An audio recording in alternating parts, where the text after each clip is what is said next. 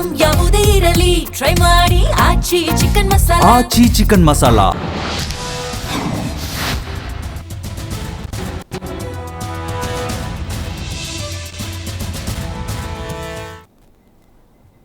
ನಮಸ್ಕಾರ. ಮೆಗಾ ಸುದ್ದಿ ವಿಶೇಷ ಕಾರ್ಯಕ್ರಮಕ್ಕೆ ಸ್ವಾಗತ. ನಾನು ಎಂ ಕುಮಾರ್. ಈಗಿನ ತಂತ್ರಜ್ಞಾನ ಯುಗದಲ್ಲಿ ಮಕ್ಕಳು ಶಿಕ್ಷಣದ ಕಡೆ ಹೆಚ್ಚು ಗಮನ ಕೊಡ್ತಿಲ್ಲ ಅನ್ನೋದು ನಿಜವಾಗಲೂ ಕೂಡ ಇದು ಒಂಥರ ಆತಂಕಕಾರಿ ವಿಚಾರ.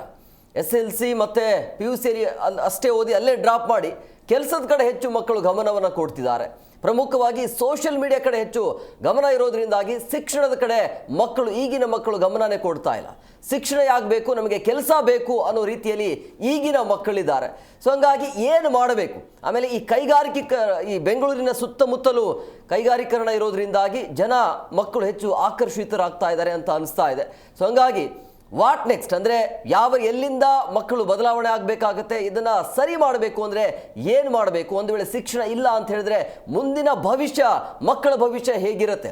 ಪೋಷಕರು ಯಾವ ರೀತಿಯಾಗಿ ಎಚ್ಚೆತ್ತುಕೊಳ್ಬೇಕು? ಯಾಕೆ PUC ಮಾತ್ರ ಮಕ್ಕಳು ಓದ್ತಿದ್ದಾರೆ, ಮುಂದಿನ ಹಂತಗಳಲ್ಲಿ ಯಾಕೆ ಶಿಕ್ಷಣದ ಕಡೆ ಪೋಷಕರು ಕೂಡ ಯಾಕೆ ಗಮನ ಕೊಡ್ತಾ ಇಲ್ಲ ಮಕ್ಕಳ ಬಗ್ಗೆ? ಆಮೇಲೆ ಮಕ್ಕಳು ಕೂಡ ಹೆಚ್ಚು ಆಸಕ್ತಿಯನ್ನು ತಗೋತಿಲ್ಲ ಅನ್ನೋದ್ರ ಬಗ್ಗೆ. ಆಮೇಲೆ ಎಲ್ಲಿಂದ ಜಾಗೃತಿ ಶುರು ಆಗಬೇಕು? ಶಿಕ್ಷಣ ಇಲ್ಲ ಅಂತ ಹೇಳಿದ್ರೆ ಏನೆಲ್ಲ ಸಮಸ್ಯೆ ಆಗುತ್ತೆ ಮುಂದಿನ ಭವಿಷ್ಯದಲ್ಲಿ? ಎಲ್ಲದರ ಬಗ್ಗೆ ಚರ್ಚೆ ಮಾಡೋಣ. ಇದೇ ಇವತ್ತಿನ ವಿಶೇಷ.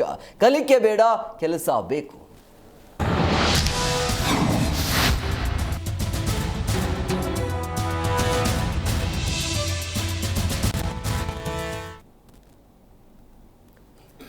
ನೀವು ಜ್ಞಾನಿ ಆಗಬೇಕು, ಈ ದೇಶದ ಒಂದು ಒಳ್ಳೆಯ ಹುದ್ದೆಯಲ್ಲಿ ಇರಬೇಕು ಅಂತ ಹೇಳಿದ್ರೆ ಮೊದಲು ಶಿಕ್ಷಣ ಬೇಕೇ ಬೇಕಾಗತ್ತೆ. ಆದರೆ ಈಗಿನ ಮಕ್ಕಳು ಶಿಕ್ಷಣದ ಕಡೆ ಹೆಚ್ಚು ಗಮನ ಕೊಡ್ತಾ ಇಲ್ಲ. ಕಲಿಕೆ ಬೇಡ, ಕೆಲಸ ಬೇಕು ಅಂತೇಳಿ ಈಗಿನ ಯುವ ಸಮೂಹ ಇದೆ. ಸೊ ಕೈಗಾರೀಕರಣ ಉದ್ಯೋಗ ಸೃಷ್ಟಿಸ್ತಾ ಇದೆ. ಸೊ ಹಂಗಾಗಿ ಮಕ್ಕಳು ಏನು ಮಾಡಬೇಕು ಅನ್ನುವಂಥ ಆತಂಕ ಮಕ್ಕಳಲ್ಲೂ ಕೂಡ ಇದೆ. ಅದ್ರ ಜೊತೆಗೆ ಈ ಕೈಗಾರೀಕರಣದ ಉದ್ದೇಶ ಏನಿರಬಹುದು ಅಂತೇಳಿ ಯುವಕರ ಶಿಕ್ಷಣ ಹಾದಿಯನ್ನು ತಪ್ಪಿಸ್ತಾ ಇದೆಯಾ ಈ ಒಂದು ಕೈಗಾರೀಕರಣ ಅನ್ನೋದು? ಆಮೇಲೆ ಬೆಂಗಳೂರು ಗ್ರಾಮಾಂತರ ಆಗಿರ್ಬೋದು, ಕೋಲಾರ, ಚಿಕ್ಕಬಳ್ಳಾಪುರ, ದೇವನಹಳ್ಳಿ ಅಂದರೆ ಈ ಬೆಂಗಳೂರಿನ ಸುತ್ತಮುತ್ತಲಿನ ಭಾಗದಲ್ಲಿ ಈ ರೀತಿಯ ಸಮಸ್ಯೆಗಳು ಹೆಚ್ಚಾಗ್ತಾ ಇದೆ. ದೊಡ್ಡಬಳ್ಳಾಪುರ, ಆನೇಕಲ್, ಹೊಸಕೋಟೆ ಕೈಗಾರಿಕಾ ಸ್ಥಾಪನೆಗಳಿಂದ SSLC ಮತ್ತು PUCಗೆ ಉದ್ಯೋಗವನ್ನು ನೀಡ್ತೀವಿ ಅನ್ನುವಂಥ ಒಂದು ಆಮಿಷ ಇರುತ್ತೆ. ಬೋರ್ಡ್ ಹಾಕ್ತಾರಲ್ಲ, ಕೆಲಸ ಇದೆ, ಬಟ್ಟೆನೂ ನಾವು ಕೊಡ್ತೀವಿ, ಹಾಸ್ಟೆಲ್ಲು ನಾವು ಕೊಡ್ತೀವಿ, ಊಟನೂ ನಾವು ಕೊಡ್ತೀವಿ, ಇಂತಿಷ್ಟು ಸಂಬಳ ಅನ್ನೋದು. ಸೊ ಅದರಿಂದ ಹೆಚ್ಚು ಜನ ಆಕರ್ಷಿತರಾಗ್ತಿದ್ದಾರೆ ಅಂತ ಅನ್ನಿಸ್ತಾ ಇದೆ. ಸೊ ಕೆಲಸ ಕೊಟ್ಟು ವಸತಿ ಮತ್ತು ಕ್ಯಾಬ್ ವ್ಯವಸ್ಥೆಯನ್ನು ಕೂಡ ನಾವು ಮಾಡ್ತೀವಿ ಅನ್ನೋಂಥ ಆಮಿಷ ಆಗಿರ್ಬೋದು. BA, BCom, BScಗೆ ದಾಖಲಾಗಿದ್ರು ಕೂಡ ಶಿಕ್ಷಣ ಕಡೆ ಹೆಚ್ಚು ಗಮನ ಕೊಡ್ತಾ ಇಲ್ಲ. ಅಲ್ಲಿ ಮೊಟಕುಗೊಳ್ಳುವಂಥ ಕೆಲಸ, ಡೈರೆಕ್ಟಾಗಿ ಪಾಸ್ ಮಾಡುವಂಥ ಕೆಲಸ ಆಗ್ತಾ ಇದೆ. ಶಿಕ್ಷಣ ವ್ಯವಸ್ಥೆ ಮಕ್ಕಳನ್ನು ಆಕರ್ಷಿಸ್ತಾ ಇಲ್ಲ. ಯಾಕೆ ಅಂದರೆ ಆಕರ್ಷಣೆ ಕೊಡ್ತಾ ಇಲ್ಲ ಯಾಕೆ ಅನ್ನುವಂಥ ಪ್ರಶ್ನೆ ಸಹಜವಾಗಿ ಇದೆ.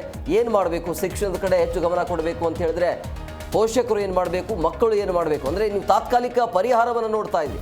ಸದ್ಯಕ್ಕೆ SSLC PUC ಓದಿದ್ರೆ ಸಾಕು, 10 ರಿಂದ 20 ಸಾವಿರ ಸಿಗತ್ತೆ ಅನ್ನೋದು.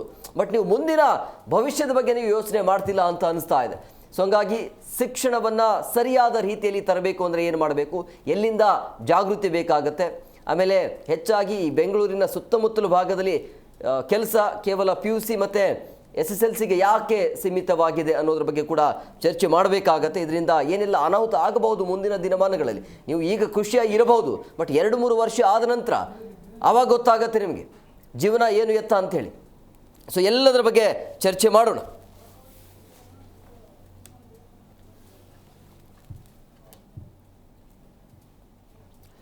ಈ ಬಗ್ಗೆ ಮಾತನಾಡೋದಕ್ಕೆ ಅತಿಥಿಯವರು ಜಾಯ್ನ್ ಆಗಿದ್ದಾರೆ. ನಾನು ಅವ್ರನ್ನ ಕಾರ್ಯಕ್ರಮಕ್ಕೆ ವೆಲ್ಕಮ್ ಮಾಡ್ತೀನಿ. ಮೊದಲನೇದಾಗಿ ಚಿಂತಕರಾಗಿರುವಂಥ ಕೃಷ್ಣ ಮರೆಯಂಕ ಅವರು ಸರ್, ಕಾರ್ಯಕ್ರಮಕ್ಕೆ ಆತ್ಮೀಯವಾದಂಥ ಸ್ವಾಗತ. ನಮಸ್ಕಾರ. ಹಾಗೆಯೇ ಮಕ್ಕಳ ಕಲ್ಯಾಣ ಸಮಿತಿಯ ಸದಸ್ಯರಾಗಿರುವಂಥ ಹೇಮಂತ್ ಕುಮಾರ್ ಅವರು ಸರ್, ಕಾರ್ಯಕ್ರಮಕ್ಕೆ ಆತ್ಮೀಯವಾದಂಥ ಸ್ವಾಗತ. ಇನ್ನು ಶಿಕ್ಷಣ ತಜ್ಞರಾಗಿರುವಂಥ ವಿವೇಕಾನಂದ ಅವರು ಸರ್, ಕಾರ್ಯಕ್ರಮಕ್ಕೆ ಆತ್ಮೀಯವಾದಂಥ ಸ್ವಾಗತ. ನಮಸ್ಕಾರ. ನಮಸ್ಕಾರ. ಎಸ್ ಕೃಷ್ಣ ಸರ್, ನಾನು ನಿಮ್ಮ ಹತ್ರನೇ ಬರ್ತೀನಿ. ಈಗಿನ ತಂತ್ರಜ್ಞಾನ ಯುಗದಲ್ಲಿ ಶಿಕ್ಷಣದ ಕಡೆ ಹೆಚ್ಚು ಗಮನ ಕೊಡ್ತಾ ಇಲ್ಲ ಮಕ್ಕಳು. ಹೆಚ್ಚಾಗಿ ಸೋಷಿಯಲ್ ಮೀಡಿಯಾ, ಆಮೇಲೆ ಸಣ್ಣ ಪುಟ್ಟ ಎಲ್ಲಿ ಕೆಲಸ ಸಿಗತ್ತೆ ಆ ಕಡೆ ಹೆಚ್ಚು ಆಕರ್ಷಿತರಾಗ್ತಾ ಇರುವಂಥದ್ದು, ಏನು ಹೇಳ್ತೀವಿ? ಐ ಥಿಂಕ್ ನಾವು ಮಾತಾಡ್ತಾ ಇದ್ದಾಗ ಮುಂದೆ ಭಾಳ ವಿಚಾರಗಳು ಮಾತಾಡ್ಬೋದು. To begin with social media ಒಂದು ಡಿಸ್ಟ್ರಾಕ್ಷನ್ ಅಂತ ಒಂದು ಕಾರಣ ಇರ್ಬೋದು. ಇನ್ನೊಂದು ಏನಾಗಿದೆ ಅಂದರೆ ಕ್ವಿಕ್ ಮನಿ ಅನ್ನೋದೊಂದು ಇದಾಗಿಬಿಟ್ಟಿದೆ. ಈ ಸೋಷಿಯಲ್ ಮೀಡಿಯಾ ಆಗಲಿ ಇನ್ನೊಂದಾಗಲಿ ಪ್ರತಿಯೊಂದು ಕಡೆ ಅಷ್ಟೊಂದು ತರಹ ಸಾವಿರಾರು ನೂರಾರು ರೀಲ್ಗಳಾಗಲಿ ಬರೋದು ಎಲ್ಲಿ ನೀವು ಬೇಗ ದುಡ್ಡು ಮಾಡಬಹುದು ಅನ್ನೋದು ಒಂದು ಆಕರ್ಷಣೆ ಮಕ್ಕಳನ್ನ ಕಾಡ್ತಾ ಇದೆ. ಸೊ ಈಗ ಯಾರೇ ಆಗಲಿ ಶುರುವಾಗೋದಕ್ಕೆ ಹೊಸಬರಿಗೆ 15,000 to 20,000 ರೂಪಾಯಿ ನೀವು ಒಬ್ಬ 10th ಸ್ಟ್ಯಾಂಡರ್ಡ್ ಫೇಲ್ ಆಗಿರ್ಬೋದು, ಪಾಸ್ ಆಗಿರ್ಬೋದು, ಅಂಥವ್ರಿಗೆ ನೀವು ಕೊಡ್ತೀನಿ ಅಂದಾಗ ಸಿಟಿ ಸುತ್ತಮುತ್ತಲಿರೋ ಮಕ್ಕಳೆಲ್ಲ ಆ ಕೆಲಸಗಳನ್ನ ತಗೊಳ್ಳಿಕ್ಕೆ ಕಾಯ್ತಾ ಇರ್ತಾರೆ, ಕಾತುರ ಇರುತ್ತೆ. ಆಪರ್ಚುನಿಟಿ ಅಂತ ಹೇಳ್ಬೋದು, ಅದನ್ನು ಗುಡ್ ಆಪರ್ಚುನಿಟಿನೋ ಬ್ಯಾಡ್ ಆಪರ್ಚುನಿಟಿ ಅನ್ನೋದು ಡಿಸ್ಕಸ್ ಮಾಡಬೇಕಾಗತ್ತೆ. ಇದು ಒಂದು ಮೇಜರ್ ಕಾರಣ. ಏನಂದರೆ ಈ 10ನೇ ಕ್ಲಾಸ್ ಫೇಲ್ ಆಗಿರೋದು, 8ನೇ ಕ್ಲಾಸು, 9ನೇ ಕ್ಲಾಸು, ಇದು ಫೇಲ್ ಆಗಿರೋ ಮಕ್ಕಳಿಗೆ ನೀವು 15,000 to 20,000 ರೂಪಾಯಿ ಸಂಬಳ ಕೊಡ್ತೀನಿ ಅಂತಂದರೆ ಅವ್ರ ಮನೆಯಲ್ಲಿ ನಿಮ್ಮ ವ್ಯವಸಾಯನೂ ಮಾಡಲ್ಲ. ಸುತ್ತಮುತ್ತಲಿರೋದ್ರಲ್ಲಿ ವ್ಯವಸಾಯ ಬಿಡೋದಿಲ್ಲ. ವ್ಯವಸಾಯ ಅಂತೂ ತಂದೆ ತಾಯಿಗಳಿಗೆ ಹೆಲ್ಪ್ ಮಾಡೋವಂಥದ್ದು ಸಾಧ್ಯವೇ ಇಲ್ಲ, ಹಂಗಾಗ್ಬಿಟ್ಟಿದೆ. ಅವರೆಲ್ಲರೂ ಇವಾಗ ಮೋಸ್ಟ್ ಆಫ್ ದಿ ಮಾಲ್ಸ್ ಇರ್ಬೋದು, ರಿಟೇಲ್ ಶಾಪ್ಸ್ ಇರ್ಬೋದು, ಕೈಗಾರಿಕೆ ಕ್ಷೇತ್ರಗಳಿರ್ಬೋದು, ಎಲ್ಲೋ ಒಂದು ಹೆಲ್ಪರ್ಸು, ಟ್ರೈನಿಂಗ್, ಈ ಥರದಲ್ಲಿ ಒಳಗಾಗಿ ದುಡ್ಡಿನ ಆಕರ್ಷಣೆ ಒಂದು ಮೇಯ್ನು. ಎಕನಾಮಿಕ್ ಒತ್ತಡ ಕೂಡ ಇರ್ಬೋದು ಫ್ಯಾಮಿಲಿಗಳಲ್ಲಿ, ಹಲವಾರು ಕಾರಣಗಳಿರುತ್ತೆ. ಒತ್ತಡ ಇರ್ಬೋದು. ಆಮೇಲೆ ಹೈಯರ್ ಎಜುಕೇಷನ್ ಕೂಡ ತುಂಬ ಎಕ್ಸ್ಪೆನ್ಸಿವ್ ಇದೆ, ಇದು ಒಂದು ಕಾರಣ ಅಂತೇಳಿ. ಸಾಲ ಕೊಡ್ತಾ ಇರ್ಬೋದು ನೀವು ಬ್ಯಾಂಕಲ್ಲಿ, ಆದರೆ ಬಟ್ ಓದಿದ್ರೆ ಮುಂದೆ ಏನಾಗುತ್ತೆ ಅನ್ನೋ ಅವರಿಗೂ ಆತಂಕ. ಹೌದು, ಆತಂಕ ಇದೆ. 4 ವರ್ಷ 6 ವರ್ಷ ಇನ್ನೂ ಓದಿ ನಾನು ಪಾಸ್ ಮಾಡಿ ಆ ಕೆಲಸ, ಈ ಸಾಲ ತೀರಿಸೋದು ಯಾವಾಗ, ಇದೆಲ್ಲ ಇದೆ. ಮಲ್ಟಿಪಲ್ ರೀಸನ್ಸ್ ಇದೆ. ಬಟ್ ಮೇಯ್ನ್ ಕಾರಣ ಏನು ಅಂತಂದರೆ ಕ್ವಿಕ್ ಮನಿ, ಬೇಗ ದುಡ್ಡು ಈಗ ಸಿಗುತ್ತೆ, ಈ ಕೆಲಸಕ್ಕೆ ಸೇರ್ಕೊಂಡ್ಬಿಟ್ರೆ ಆಯಿತು, ಅಲ್ಲಿ ನಿಂತೋಗ್ತಾರೆ. ಹೇಮಂತ್ ಸರ್, ಅಂದರೆ ಹಣದ ಆಮಿಷದಿಂದಾಗಿ ಈ ರೀತಿ ಮಕ್ಕಳು ಆಕರ್ಷಿತರಾಗ್ತಿದ್ದಾರೆ ಅಂತ ಅನ್ಸುತ್ತಾ ಕೆಲಸದ ಕಡೆ? ನೀವು SSLC PUC ಪಾಸ್ ಆದರೆ ಸಾಕು, ಅಥವಾ ಪಾಸ್ ಆಗಿಲ್ಲ ಅಂದ್ರೂ ಪರವಾಗಿಲ್ಲ, ಇಂತಿಷ್ಟು ಅಮೌಂಟ್ ಕೊಡ್ತೀವಿ ಅನ್ನೋದು ಅಂದರೆ ದುಡ್ಡಿನ ವಿಚಾರವಾಗಿ ಅಲ್ಲ. ಹಣ ಆಕರ್ಷಣೆ ಎಲ್ಲರನ್ನೂ ಮಾಡುತ್ತೆ. ಆದರೆ ಇಲ್ಲಿ ಯಾರು ದುಡಿಮೆಗೆ ಹೋಗ್ತಾ ಇದ್ದಾರೆ, ಆರ್ಥಿಕವಾಗಿ ಹಿಂದುಳಿತಕ್ಕಂಥವ್ರು ಹೋಗ್ತಾ ಇದ್ದಾರೆ. ಇದು ಗ್ರಾಮೀಣ ಭಾಗದಲ್ಲಿ, ಅಂದರೆ ಬೆಂಗಳೂರು ಗ್ರಾಮಾಂತರದಲ್ಲಿ, ಗ್ರಾಮಾಂತರ ಜಿಲ್ಲೆಗಳಲ್ಲಿ, ಅಕ್ಕಪಕ್ಕದ ಜಿಲ್ಲೆಗಳಲ್ಲಿ ಸೋಷಿಯಲ್ ಮೀಡಿಯಾಕ್ಕೆ ಪ್ರತಿಯೊಬ್ಬರು ಆಕರ್ಷಿತರೆ. ಆದರೆ ಆ ಆಕರ್ಷಣೆಗೊಳಗಾಗಿ ಅವರು ಕಾಲೇಜನ್ನು ಬಿಡಲ್ಲ. ಯಾರು ಐ ಕ್ಲಾಸಲ್ಲಿ ಇರ್ತಕ್ಕಂಥವ್ರು, ಆರ್ಥಿಕವಾಗಿ ಸದೃಢವಾಗಿ ಇರ್ತಕ್ಕಂಥವ್ರು ಕಾಲೇಜು ಬಿಡಲ್ಲ. ಮತ್ತು ವೃತ್ತಿಪರ ಕೋರ್ಸ್ ಅಂತ ಕೌಶಲ್ಯ ಪರ ಕೋರ್ಸನ್ನು ಯಾರು ಪಡೆದಿರ್ತಾರೆ ಅವರು ಬಿಡ್ತಾ ಇಲ್ಲ. ಇಲ್ಲಿ ಸರ್ಕಾರಿ ಶಾಲೆಗಳಲ್ಲಿ, ಸರ್ಕಾರಿ ಕಾಲೇಜಲ್ಲಿ ಆರ್ಥಿಕವಾಗಿ ಹಿಂದುಳಿದಂಥವ್ರು ಸಾಮಾಜಿಕ ಏನು ಪ್ರಭಾವ ಒಳಗಾಗಿ ಬಿಡ್ತಾ ಇದ್ದಾರೆ. ಒಂದು ಯಾಕೆ ಬಿಡ್ತಾ ಇದ್ದಾರೆ ಅಂದರೆ ಅವರಿಗೆ ಆರ್ಥಿಕವಾಗಿ ಹಿಂದುಳಿದಿದ್ದಾರೆ. ಒಂದು ಶಾಲೆಯಲ್ಲಿ ಕಲಿಕೆಯಲ್ಲಿ ಹಿಂದುಳಿದಿದ್ದಾರೆ, ಆಸಕ್ತಿ ಇರಲ್ಲ. ಇದು 2ನೇ ಪಾಯಿಂಟು. 3ನೇ ಪಾಯಿಂಟು, ಅವರು ಉನ್ನತ ವ್ಯಾಸಂಗ ಮಾಡೋದಕ್ಕೆ ಅವರಿಗೆ ಅವಕಾಶ ಇರಲ್ಲ, ಹಣಕಾಸು ಆರ್ಥಿಕ ಸಂಕಷ್ಟ ಇರ್ತದೆ, ಅದು ಒಂದು. 4ನೇ ಪಾಯಿಂಟು, ಅವನು 4 ವರ್ಷ ಓದಿದ್ರೂ ಅವನಿಗೆ ಉದ್ಯೋಗ ಖಾತ್ರಿ ಇಲ್ಲ, ಉದ್ಯೋಗ ಸಿಗುತ್ತೆ ಅಂತ ಇಲ್ಲ. ಇತ್ತೀಚಿನ ಬೆಳವಣಿಗೆಗಳು ನೋಡಿದ್ರೆ, ಮೊನ್ನೆ ಹುಬ್ಳಿ ಧಾರವಾಡದಲ್ಲಿ ಉದ್ಯೋಗಕ್ಕಾಗಿ ದೊಡ್ಡ ಹೋರಾಟ ನಡೀತು. ಅಷ್ಟು ಹೋರಾಟ ನಡೆದ್ರೂ ಎಷ್ಟು ಆಕಾಂಕ್ಷಿಗಳಿದ್ದಾರೆ. ಒಂದು ಅರ್ಜಿಗೆ 10 ಅಪ್ಲಿಕೇಶನ್ ಬರ್ತದೆ, 100 ಅಪ್ಲಿಕೇಶನ್ ಬರ್ತದೆ. ಅದು ಅವ್ರಿಗೆಲ್ಲ ಗೊತ್ತಿದೆ. ನಾವು ಓದಿದ್ರೂ ಏನು ಖಾತ್ರಿ ಇದೆ, ಉದ್ಯೋಗ ಖಾತ್ರಿ ಇಲ್ಲ.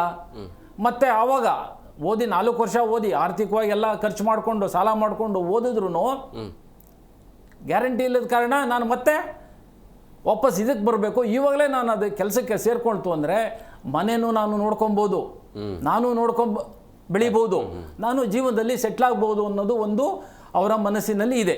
ಮತ್ತು ಸುಲಭ ಮನಿ ಮಾಡೋದು. ಇವಾಗ ಆಕರ್ಷಣೆ ಅವರಿಗೆ ದುಡ್ಡಿಲ್ಲ ಟೈಮಲ್ಲಿ 10,000 15,000 ಸಂಬಳ ಕೊಡ್ತೀನಿ ಅಂದರೆ ಪ್ರತಿಯೊಬ್ಬರಿಗೂ ಅದು ಆಕರ್ಷಣೆ ಆಗುತ್ತೆ.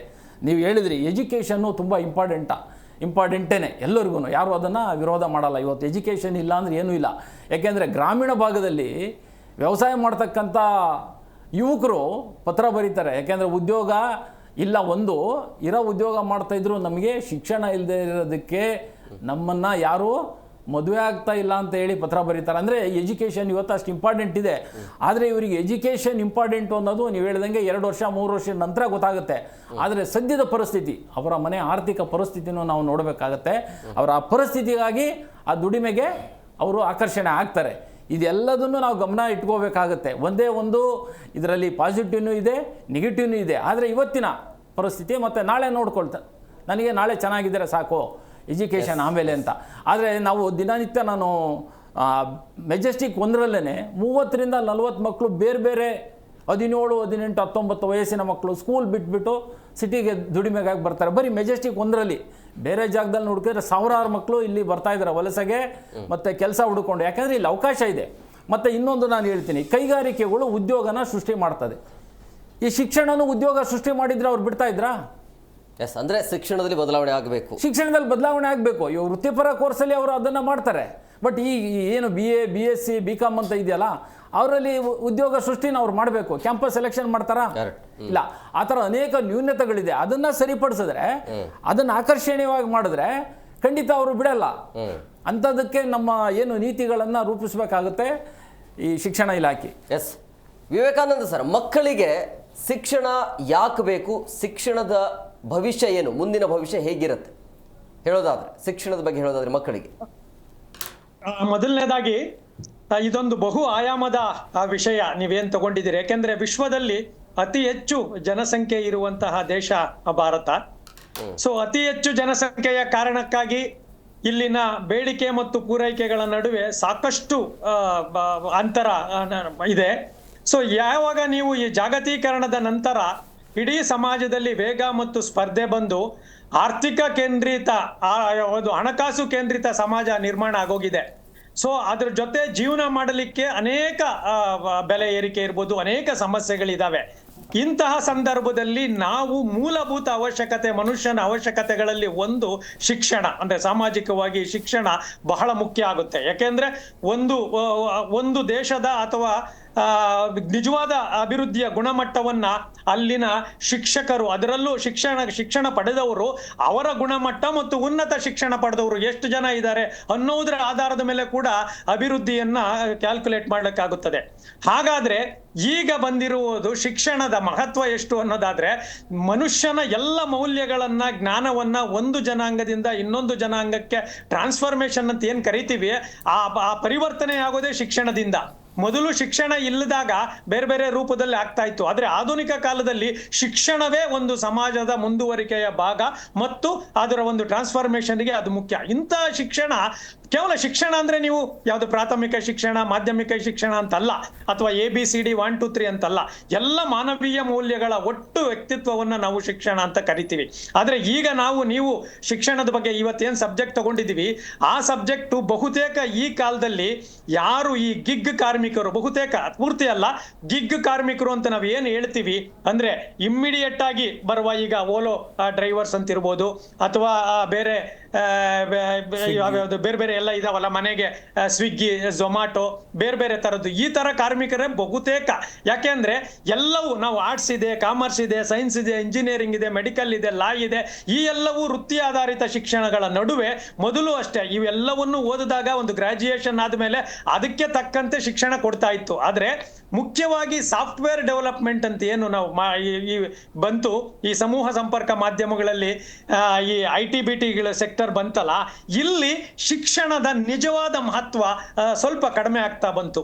ಇಲ್ಲಿ ಏನು ಅಂದ್ರೆ ನಿಮ್ಮ ಒಂದು ವೃತ್ತಿ ಸಾಮರ್ಥ್ಯ ಏನಿದೆ, ನಿಮ್ಮ ಪ್ರತಿಭೆ, ಅದು ಹೆಚ್ಚು ಕಡಿಮೆ ಟೆಕ್ನಾಲಜಿಗೆ ತಕ್ಕಂತೆ, ಅವರ ಅವಶ್ಯಕತೆಗೆ ತಕ್ಕಂತೆ ನೀವು ಮಾಡೋದಾದ್ರೆ, ಈಗ ಉದಾಹರಣೆಗೆ ಸ್ವಿಗ್ಗಿಯಲ್ಲಿ ಕೆಲಸ ಮಾಡಬೇಕು ಅಂತ ಇಟ್ಕೊಳ್ಳಿ, ನೀವು ಅಲ್ಲಿಗೆ ಒಂದು ದೊಡ್ಡ ಗ್ರಾಜುಯೇಷನ್ ಆಗಿರ್ಬೇಕು ಅಥವಾ ಡಬಲ್ ಗ್ರಾಜುಯೇಷನ್ ಆಗಿರ್ಬೇಕು, ಇಂಜಿನಿಯರಿಂಗ್ ಆಗಿರ್ಬೇಕು, ಹಾಗೇನೂ ಇಲ್ಲ. ಅಂದಾಗ ಏನಾಗುತ್ತೆ, ನಿಮ್ಗೊಂದು ಬೈಕ್ ಕಲಿಯೋದು ಬಂದ್ರೆ ಸಾಕು, ನಿಮಗೆ SLC ಅಥವಾ PUC ಬಂದ್ರೆ ಸಾಕು, ನಿಮಗೆ GPRS ಅದನ್ನ ನೋಡೋದು ಬಂದ್ರೆ ಸಾಕು, ನೀವು ಆರಾಮಾಗಿ ಕೆಲಸ ಮಾಡ್ಬೋದು ಅಂತೇಳಿ ಜಾಗತೀಕರಣದ ಪ್ರಭಾವದಿಂದ ಶಿಕ್ಷಣದ ಮಹತ್ವವನ್ನ ಕಡಿಮೆಗೊಳಿಸಲಾಯಿತು. ಅಂದ್ರೆ ಉದ್ಯೋಗವೇ ನಿಮಗೆ ಬಹಳ ಮುಖ್ಯ, ಜೀವನವೇ ಬಹಳ ಮುಖ್ಯ ಅನ್ನುವಂತಹ ಒಂದು ವ್ಯವಸ್ಥೆಯನ್ನ ನಾವು ಮಾಡಿದ್ರಿಂದ ಇದು ಒಂದು ರೀತಿಯಲ್ಲಿ ನೀವು ಆಗ್ಲೇ ನಿರೂಪಣೆಯಲ್ಲಿ ಹೇಳ್ದಂಗೆ ತಾತ್ಕಾಲಿಕವಾಗಿ ಇದು ನಮಗೆ ಲಾಭ ಅಂತ ಕಾಣಿಸ್ತಾ ಇರ್ಬೋದು. ಆದ್ರೆ ಭವಿಷ್ಯದ ದೃಷ್ಟಿಯಿಂದ, ದೇಶದ ನಿಜವಾದ ಮೌಲ್ಯಯುತ ಅಭಿವೃದ್ಧಿಯ ದೃಷ್ಟಿಯಿಂದ ಇದು ಅತ್ಯಂತ ಅಪಾಯಕಾರಿಯಾಗುತ್ತೆ. ಯಾಕೆ ಅಂದ್ರೆ ಓದೋ ಟೈಮಲ್ಲಿ ವಿದ್ಯಾರ್ಥಿ ಓದ್ಬಿಡ್ಬೇಕು. ನಾವು ಅಗ್ನಿಪಥ್ ಯೋಜನೆ ಅಂತ ಏನು ಕೇಂದ್ರ ಸರ್ಕಾರ ಬಂತು, ಅದರ ಲಾಭ ನಷ್ಟಗಳ ಬಗ್ಗೆ ಯೋಚನೆ ಮಾಡುವಾಗ ನಷ್ಟಗಳಲ್ಲಿ ಇದನ್ನು ನಾವು ಹೇಳ್ತಾ ಇದ್ವಿ. ಏನು ಅಂದ್ರೆ 17, 18, 20, 25 ವರ್ಷದೊಳಗಡೆ ನೀವು ಏನೇನು ಓದೋದಕ್ಕೆ ಕಲಿಕೆಗೆ ಇದೆಯೇ ಅದು ಒಂದು ಒಳ್ಳೆಯ ಪರ್ವಕಾಲ, ಓದ್ಬಿಡ್ಬೇಕಾಗ.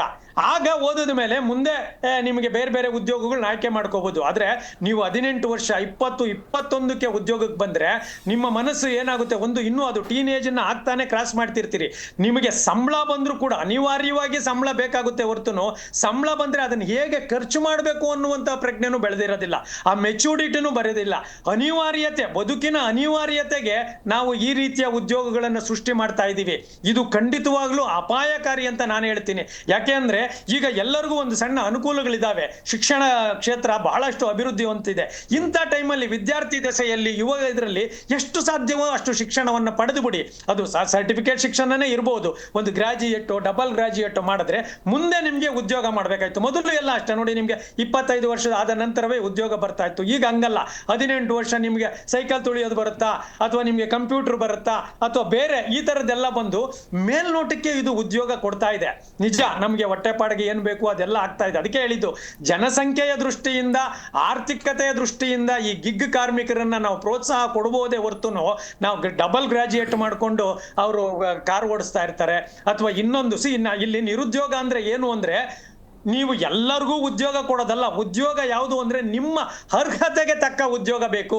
ನಾನು ಹಿಸ್ಟ್ರಿಯಲ್ಲಿ MA ಮಾಡಿದ್ದೀನಿ, ನಾನು ಡಾಕ್ಟರ್ ಓದಿದ್ದೀನಿ, ನಾನು ಇಂಜಿನಿಯರ್ ಮಾಡಿದ್ದೀನಿ, ನನ್ನ ಅರ್ಹತೆಗೆ ತಕ್ಕ ಕೆಲಸ ಬೇಕು. ದೇಶ ಅಭಿವೃದ್ಧಿ ಆಗೋದೇ ಹಾಗೆ, ಸ್ಕಿಲ್ಡ್ ಲೇಬರ್ಸ್ ಬರೋದೇ ಹಾಗೆ.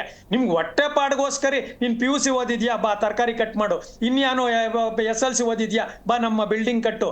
ಇನ್ನೊಂದು ಈ ತರದ ನೀವು ಉದ್ಯೋಗಗಳನ್ನ ಸೃಷ್ಟಿ ಮಾಡಕ್ ಶುರು ಮಾಡಿದ್ರೆ ನಿಮಗೆ ಈ ಕ್ಷಣಕ್ಕೆ ನಿಮ್ ಹೊಟ್ಟೆ ತುಂಬ್ತಾ ಇರುತ್ತೆ, ಈ ಕ್ಷಣಕ್ಕೆ ನಿಮ್ಗೊಂದು ಬೈಕ್ ಬರುತ್ತೆ, ಈ ಕ್ಷಣಕ್ಕೆ ನಿಮಗೆ ಒಳ್ಳೆ ಬಟ್ಟೆ ಹಾಕೊಂಡು ಓಡಾಡ್ತೀರಿ. ಆದ್ರೆ ಭವಿಷ್ಯದಲ್ಲಿ ಕೇವಲ ಈ ತರದ ವ್ಯಕ್ತಿಗಳಲ್ಲೇ ಸಮಾಜ ನಿರ್ಮಾಣ ಆಗೋದಿಲ್ಲ. ಯಾಕೆಂದ್ರೆ ಕಾಲ ಬಹಳ ಮುಂದುವರಿತಾ ಇದೆ. ಯುರೋಪಿಯನ್ಸ್ ಅವರೆಲ್ಲ ಉನ್ನತ ಶಿಕ್ಷಣವನ್ನ ಜಾಸ್ತಿ, ಮಾಸ್ಟರ್ ಡಿಗ್ರಿ ಅಲ್ಲಿಂದ ಬಹಳಷ್ಟು ಜನ ಪಡಿತಾ ಇದ್ದಾರೆ, ಅಲ್ಲಿಂದ ಅವರು ಉದ್ಯೋಗ ಸ್ಟಾರ್ಟ್ ಮಾಡ್ತಿದ್ದಾರೆ. ಆದ್ರೆ ನಮ್ಮಲ್ಲಿ ಈ ಗಿಗ್ ಕಾರ್ಮಿಕ ವಲಯ ಬಂದು ಖಂಡಿತವಾಗ್ಲೂ ಭವಿಷ್ಯದ ದೃಷ್ಟಿಯಿಂದ ಇದು ಅತ್ಯಂತ ಅಪಾಯಕಾರಿಯಾಗಿದೆ. ಅದರಿಂದ ನಾವು ಇದ್ರ ಬಗ್ಗೆ ತುಂಬಾ ನೋಡ್ಬೇಕು. ಹೊಟ್ಟೆಪಾಡಿನ ಈ ಉದ್ದೇಶ ಇದೆ ನನ್ಗೆ, ಅದರ ಪ್ರಜ್ಞೆ ಪೂರ್ವಕವಾಗಿ ಹೇಳ್ತೀನಿ. ಹೊಟ್ಟೆಪಾಡಿಗೆ ಏನಾದ್ರೂ ಬೇರೆ ಬೇರೆ ದಾರಿಗಳನ್ನ ಮಾಡಿ ಶಿಕ್ಷಣ ಪೂರೈಸುವಾಗ ಅವ್ರಿಗೆ ಡಿಸ್ಟರ್ಬ್ ಮಾಡದೇ ಇರುವಂಗೆ ನೋಡ್ಕೊಳ್ಳುವಂತೆ ಸರ್ಕಾರ ಜವಾಬ್ದಾರಿ ಮಾಡಬೇಕು. ಕನಿಷ್ಠ ಪದವಿ, ಮೊದಲು ಒಂದು 20-30 ವರ್ಷದ ಹಿಂದೆ SSLCಯನ್ನೇ ಒಂದು ಬೆಂಚ್ ಮಾರ್ಕ್ ಅಂತ ತಗೋತಾ ಇದ್ವಿ. ಈಗ ಖಂಡಿತವಾಗಲೂ ಡಿಗ್ರಿ ಏನು ಪದವಿ ಅಂತ ಏನು ಹೇಳ್ತೀವಿ ಅದನ್ನ ಬೆಂಚ್ ಮಾರ್ಕ್ ಆಗಿ ತಗೋಬೇಕು. ನೀವು SLC ಈಗ ಬೆಂಚ್ ಮಾರ್ಕ್ ಆಗಿ ಉಳಿದಿಲ್ಲ. ಯಾಕೆಂದ್ರೆ ವೃತ್ತಿ ನಿರತರು ಎಲ್ಲ ಬರಬೇಕು ಅಂದ್ರೆ, ಯಾಕೆಂದ್ರೆ ನಿಮ್ಗೆ SLC ಪಾಸ್ ಆಗೋಷ್ಟೊತ್ತಿಗೆ ಎಷ್ಟು ವರ್ಷ? 15 ವರ್ಷ, 16, PUCಗೆ 18 ವರ್ಷ.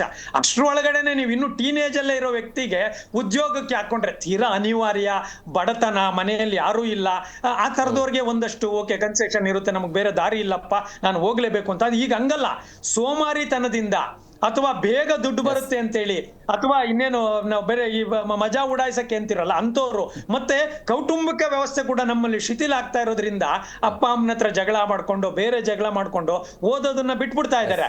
ಎಲ್ಲೋ ನನಗೆ ಈಗ ಯಾಕಂದ್ರೆ 20-30 ಸಾವಿರದವರೆಗೂ ಹೆಚ್ಚು ಕಡಿಮೆ ಸಂಬಳ ಬರುತ್ತೆ ನಿಮ್ಗೆ, ಸ್ವಿಗ್ಗಿ, ಝೊಮ್ಯಾಟೊ ಆ ತರದ್ದೆಲ್ಲ ಕೆಲಸ ಮಾಡೋದ್ರಿಂದ. ಅಲ್ಲೇನೋ ಈಗ ಹೋಗ್ಬಿಡ್ತಾರೆ ತಕ್ಷಣಕ್ಕೆ. ಜೊತೆಗೆ ಇದು ನೋಡಿ, ಲವ್ಗಳು ಮಾಡ್ಕೋತಾ ಇರ್ತಾರೆ, ಯಾಕಂದ್ರೆ ಮೆಚೂರಿಟಿ ಇರಲ್ಲ, ನಿಮ್ ಕೈಗೆ ದುಡ್ಡು ಬಂದ್ಬಿಡುತ್ತೆ. ಸೊ ಆ ಕಾರಣಕ್ಕಾಗಿ ಅದು ಬಹಳ ಇಂಪಾರ್ಟೆಂಟು. ಸೈಕಾಲಜಿಕಲ್ ವ್ಯವಸ್ಥೆ ಇದೆಯಲ್ಲ ನಮ್ಮ ಸೋಷಿಯಲ್ ಸ್ಟ್ರಕ್ಚರ್ ಅಲ್ಲಿ, ನೀವು ಸ್ವತಂತ್ರರಾಗ್ತಾ ಇದ್ದಂಗೆ ನಿಮ್ಮನ್ನೇನು ಕೇರ್ ಮಾಡೋದಿಲ್ಲ. ಈಗ ಸೋಷಿಯಲ್ ಮೀಡಿಯಾಗಳು ಮತ್ತು ಬೇರೆ ಬೇರೆ ಸಂಪರ್ಕ ಕ್ರಾಂತಿಯಾಗಿದೆ. ಈ ಎಲ್ಲ ಕಾರಣದಿಂದ ನಿಜವಾಗ್ಲೂ ಈ ಸಮಸ್ಯೆ ನೀವೇನಿವತ್ತು ತಗೊಂಡಿದ್ದೀರಿ, ಬಹು ಆಯಾಮಗಳಲ್ಲಿ ಯೋಚನೆ ಮಾಡಿ ಏನಾದ್ರೂ ಒಂದು ಪರಿಹಾರವನ್ನ ಸರ್ಕಾರ ಮಾಡಿ ಶಿಕ್ಷಣದ ನಿಜವಾದ ಮಹತ್ವವನ್ನ ಸಾರಬೇಕಾಗಿದೆ. ಇಲ್ಲ ಅಂದ್ರೆ ಹೊಟ್ಟೆಪಾಡಿನ ಶಿಕ್ಷಣ ಅಂತೇಳಿ ಆ ಕಡೆ ಶಿಕ್ಷಣನೂ ಉದ್ಧಾರ ಆಗಲ್ಲ, ಈ ಕಡೆ ನಿಜವಾಗ್ಲೂ ಹೊಟ್ಟೆಪಾಡನು ಆಗೋದಿಲ್ಲ. ದೇಶನೂ ಕೂಡ ಮುಂದಿನ ದಿನಗಳಲ್ಲಿ ಅಭಿವೃದ್ಧಿ ಸಾಗೋದೇ ಇಲ್ಲ. ಉನ್ನತ ಶಿಕ್ಷಣ ಪಡೆದಷ್ಟು ದೇಶ ಅಭಿವೃದ್ಧಿ ಆಗುವ ಎಲ್ಲ ಸಾಧ್ಯತೆನೂ ಇರುತ್ತೆ, ಇಲ್ಲಾಂದ್ರೆ ತುಂಬಾ ಅಪಾಯಕಾರಿ ಅಂತ ನನಗನ್ಸುತ್ತೆ. ಮರಿಯಂಕ ಸರ್, ಈಗ ಈ ಕ್ಷಣದ ಖುಷಿಯನ್ನು ಈ ಮಕ್ಕಳು ನೋಡ್ತಿದ್ದಾರೆ ಅಂತ ಅನ್ಸುತ್ತೆ, ಮತ್ತು ಭವಿಷ್ಯವನ್ನು ಯಾಕೆ ನೋಡ್ತಾ ಇಲ್ಲ? ನಾನು ಚೆನ್ನಾಗಿ ಶಿಕ್ಷಣ ಪಡೆದ್ರೆ ಜನ ನಮ್ಮನ್ನು ಯಾವ ರೀತಿ ನೋಡ್ತಾರೆ, ಆ ರೀತಿಯ ಥಾಟ್ಗಳು, ಆಲೋಚನೆಗಳು, ಆ ರೀತಿಯ ಕನಸುಗಳು ಯಾಕಿಲ್ಲ ಇವಾಗಿನ ಮಕ್ಕಳಿಗೆ? ಅದು ಹೇಳಕ್ಕೆ ಮುಂಚೆ ಒಂದು ಎಕ್ಸಾಂಪಲ್ ಕೊಡ್ತೀನಿ. ಒಂದು ಸಿಸ್ಟಮ್ ಗೋಲ್ಸ್ ಅಂತ ಒಂದಿರುತ್ತೆ. ಒಂದೊಂದು ಸೊಸೈಟಿಲಿ ಎಜುಕೇಷನ್ ಸಿಸ್ಟಮ್ಮು ಏನೋ ಒಂದು ಗೋಲ್ಗಳು ಇಟ್ಕೊಂಡಿರುತ್ತೆ. ಮಕ್ಕಳಿಗೆ ಈ ಥರ ಎಜುಕೇಷನ್ ಕೊಟ್ಟರೆ ಅದನ್ನು ಗೋಲ್ನ ಮೀಟ್ ಮಾಡ್ಬೋದು ಅಂತ. ಇನ್ನೊಂದು ಮಕ್ಕಳದೇ ಆದಂಥ ಒಂದು ಆಸ್ಪಿರೇಷನಲ್ಸ್ ಗೋಲ್ಸ್ ಇರುತ್ತೆ. ಅಂದರೆ ನಾನು ಏನು ಮಾಡಬೇಕು, ಆ ಸಿಸ್ಟಮ್ ಗೋಲ್ಸ್ಗೂ ಮಕ್ಕಳ ಆಸೆಗೂ ಬಹಳ ಅಂತರ ಇದೆ. ಇಟ್ ಈಸ್ ನಾಟ್ ಲೈಕ್ ನಾವಿದ್ದಾಗ ಮಿಲೇನಿಯಲ್ಸು ಈಗ we are talking about generation beta, generation alpha, ಅದಕ್ಕೆ ಮುಂಚೆ ಮಿಲೇನಿಯಮ್ಸು, ಜೆನ್ಝಿ ಇದೆಲ್ಲ ಮಾಡ್ತಾಯಿದ್ವಿ.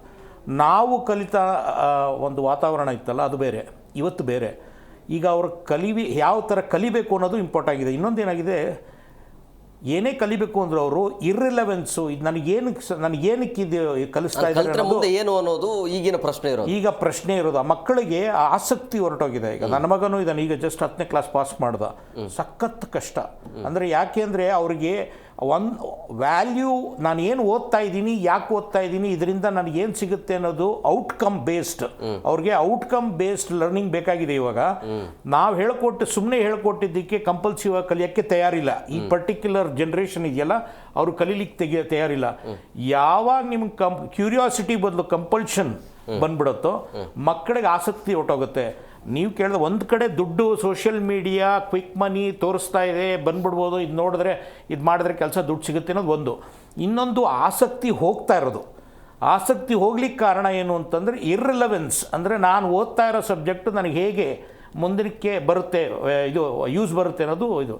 ಈಗ ಫಾರ್ ಎಕ್ಸಾಂಪಲ್ ನಾನು ಈಗ ಕೊಡ್ತೀನಿ. ನಾವು ಕಲಿತಾ ಇದ್ದದ್ದು ಟೆಕ್ಸ್ಟ್ ಬುಕ್ಕಿಂದ ಅದು ಇದು. ಈಗ ನಾನು ರೀಸೆಂಟಾಗಿ ಕನಕಪುರ ರೋಡ್ ಕೂಡ ಒಂದು ಹೋಗಿದ್ದೆ. ಅಲ್ಲೊಂದು ಶಾಲೆ ಇದೆ, ಪ್ರಯೋಗ ಅಂತ. ಅಂದರೆ ಎಕ್ಸ್ಪೆರಿಮೆಂಟ್ ಬೇಸ್ಡ್ ಕ್ಯೂರಿಯಾಸಿಟಿ. ಅಂದರೆ ಆ ಶಾಲೆಯಲ್ಲಿ ಏನು ಮಾಡ್ತಾರೆ, ನಿಮ್ಗೆ ಯಾವುದೋ ಒಂದು ಟಾಪ್ 3 ಕ್ಯೂರಿಯಾಸಿಟಿ, ನಿಮಗೆ ಕುತೂಹಲ ಯಾವುದ್ರಲ್ಲಿದೆ, 3 ಕುತೂಹಲ, ಟಾಪ್ ಕುತೂಹಲ, ಅದು ಆ ಕುತೂಹಲನ ಮೊದಲು ತಗೊಳ್ತಾರೆ.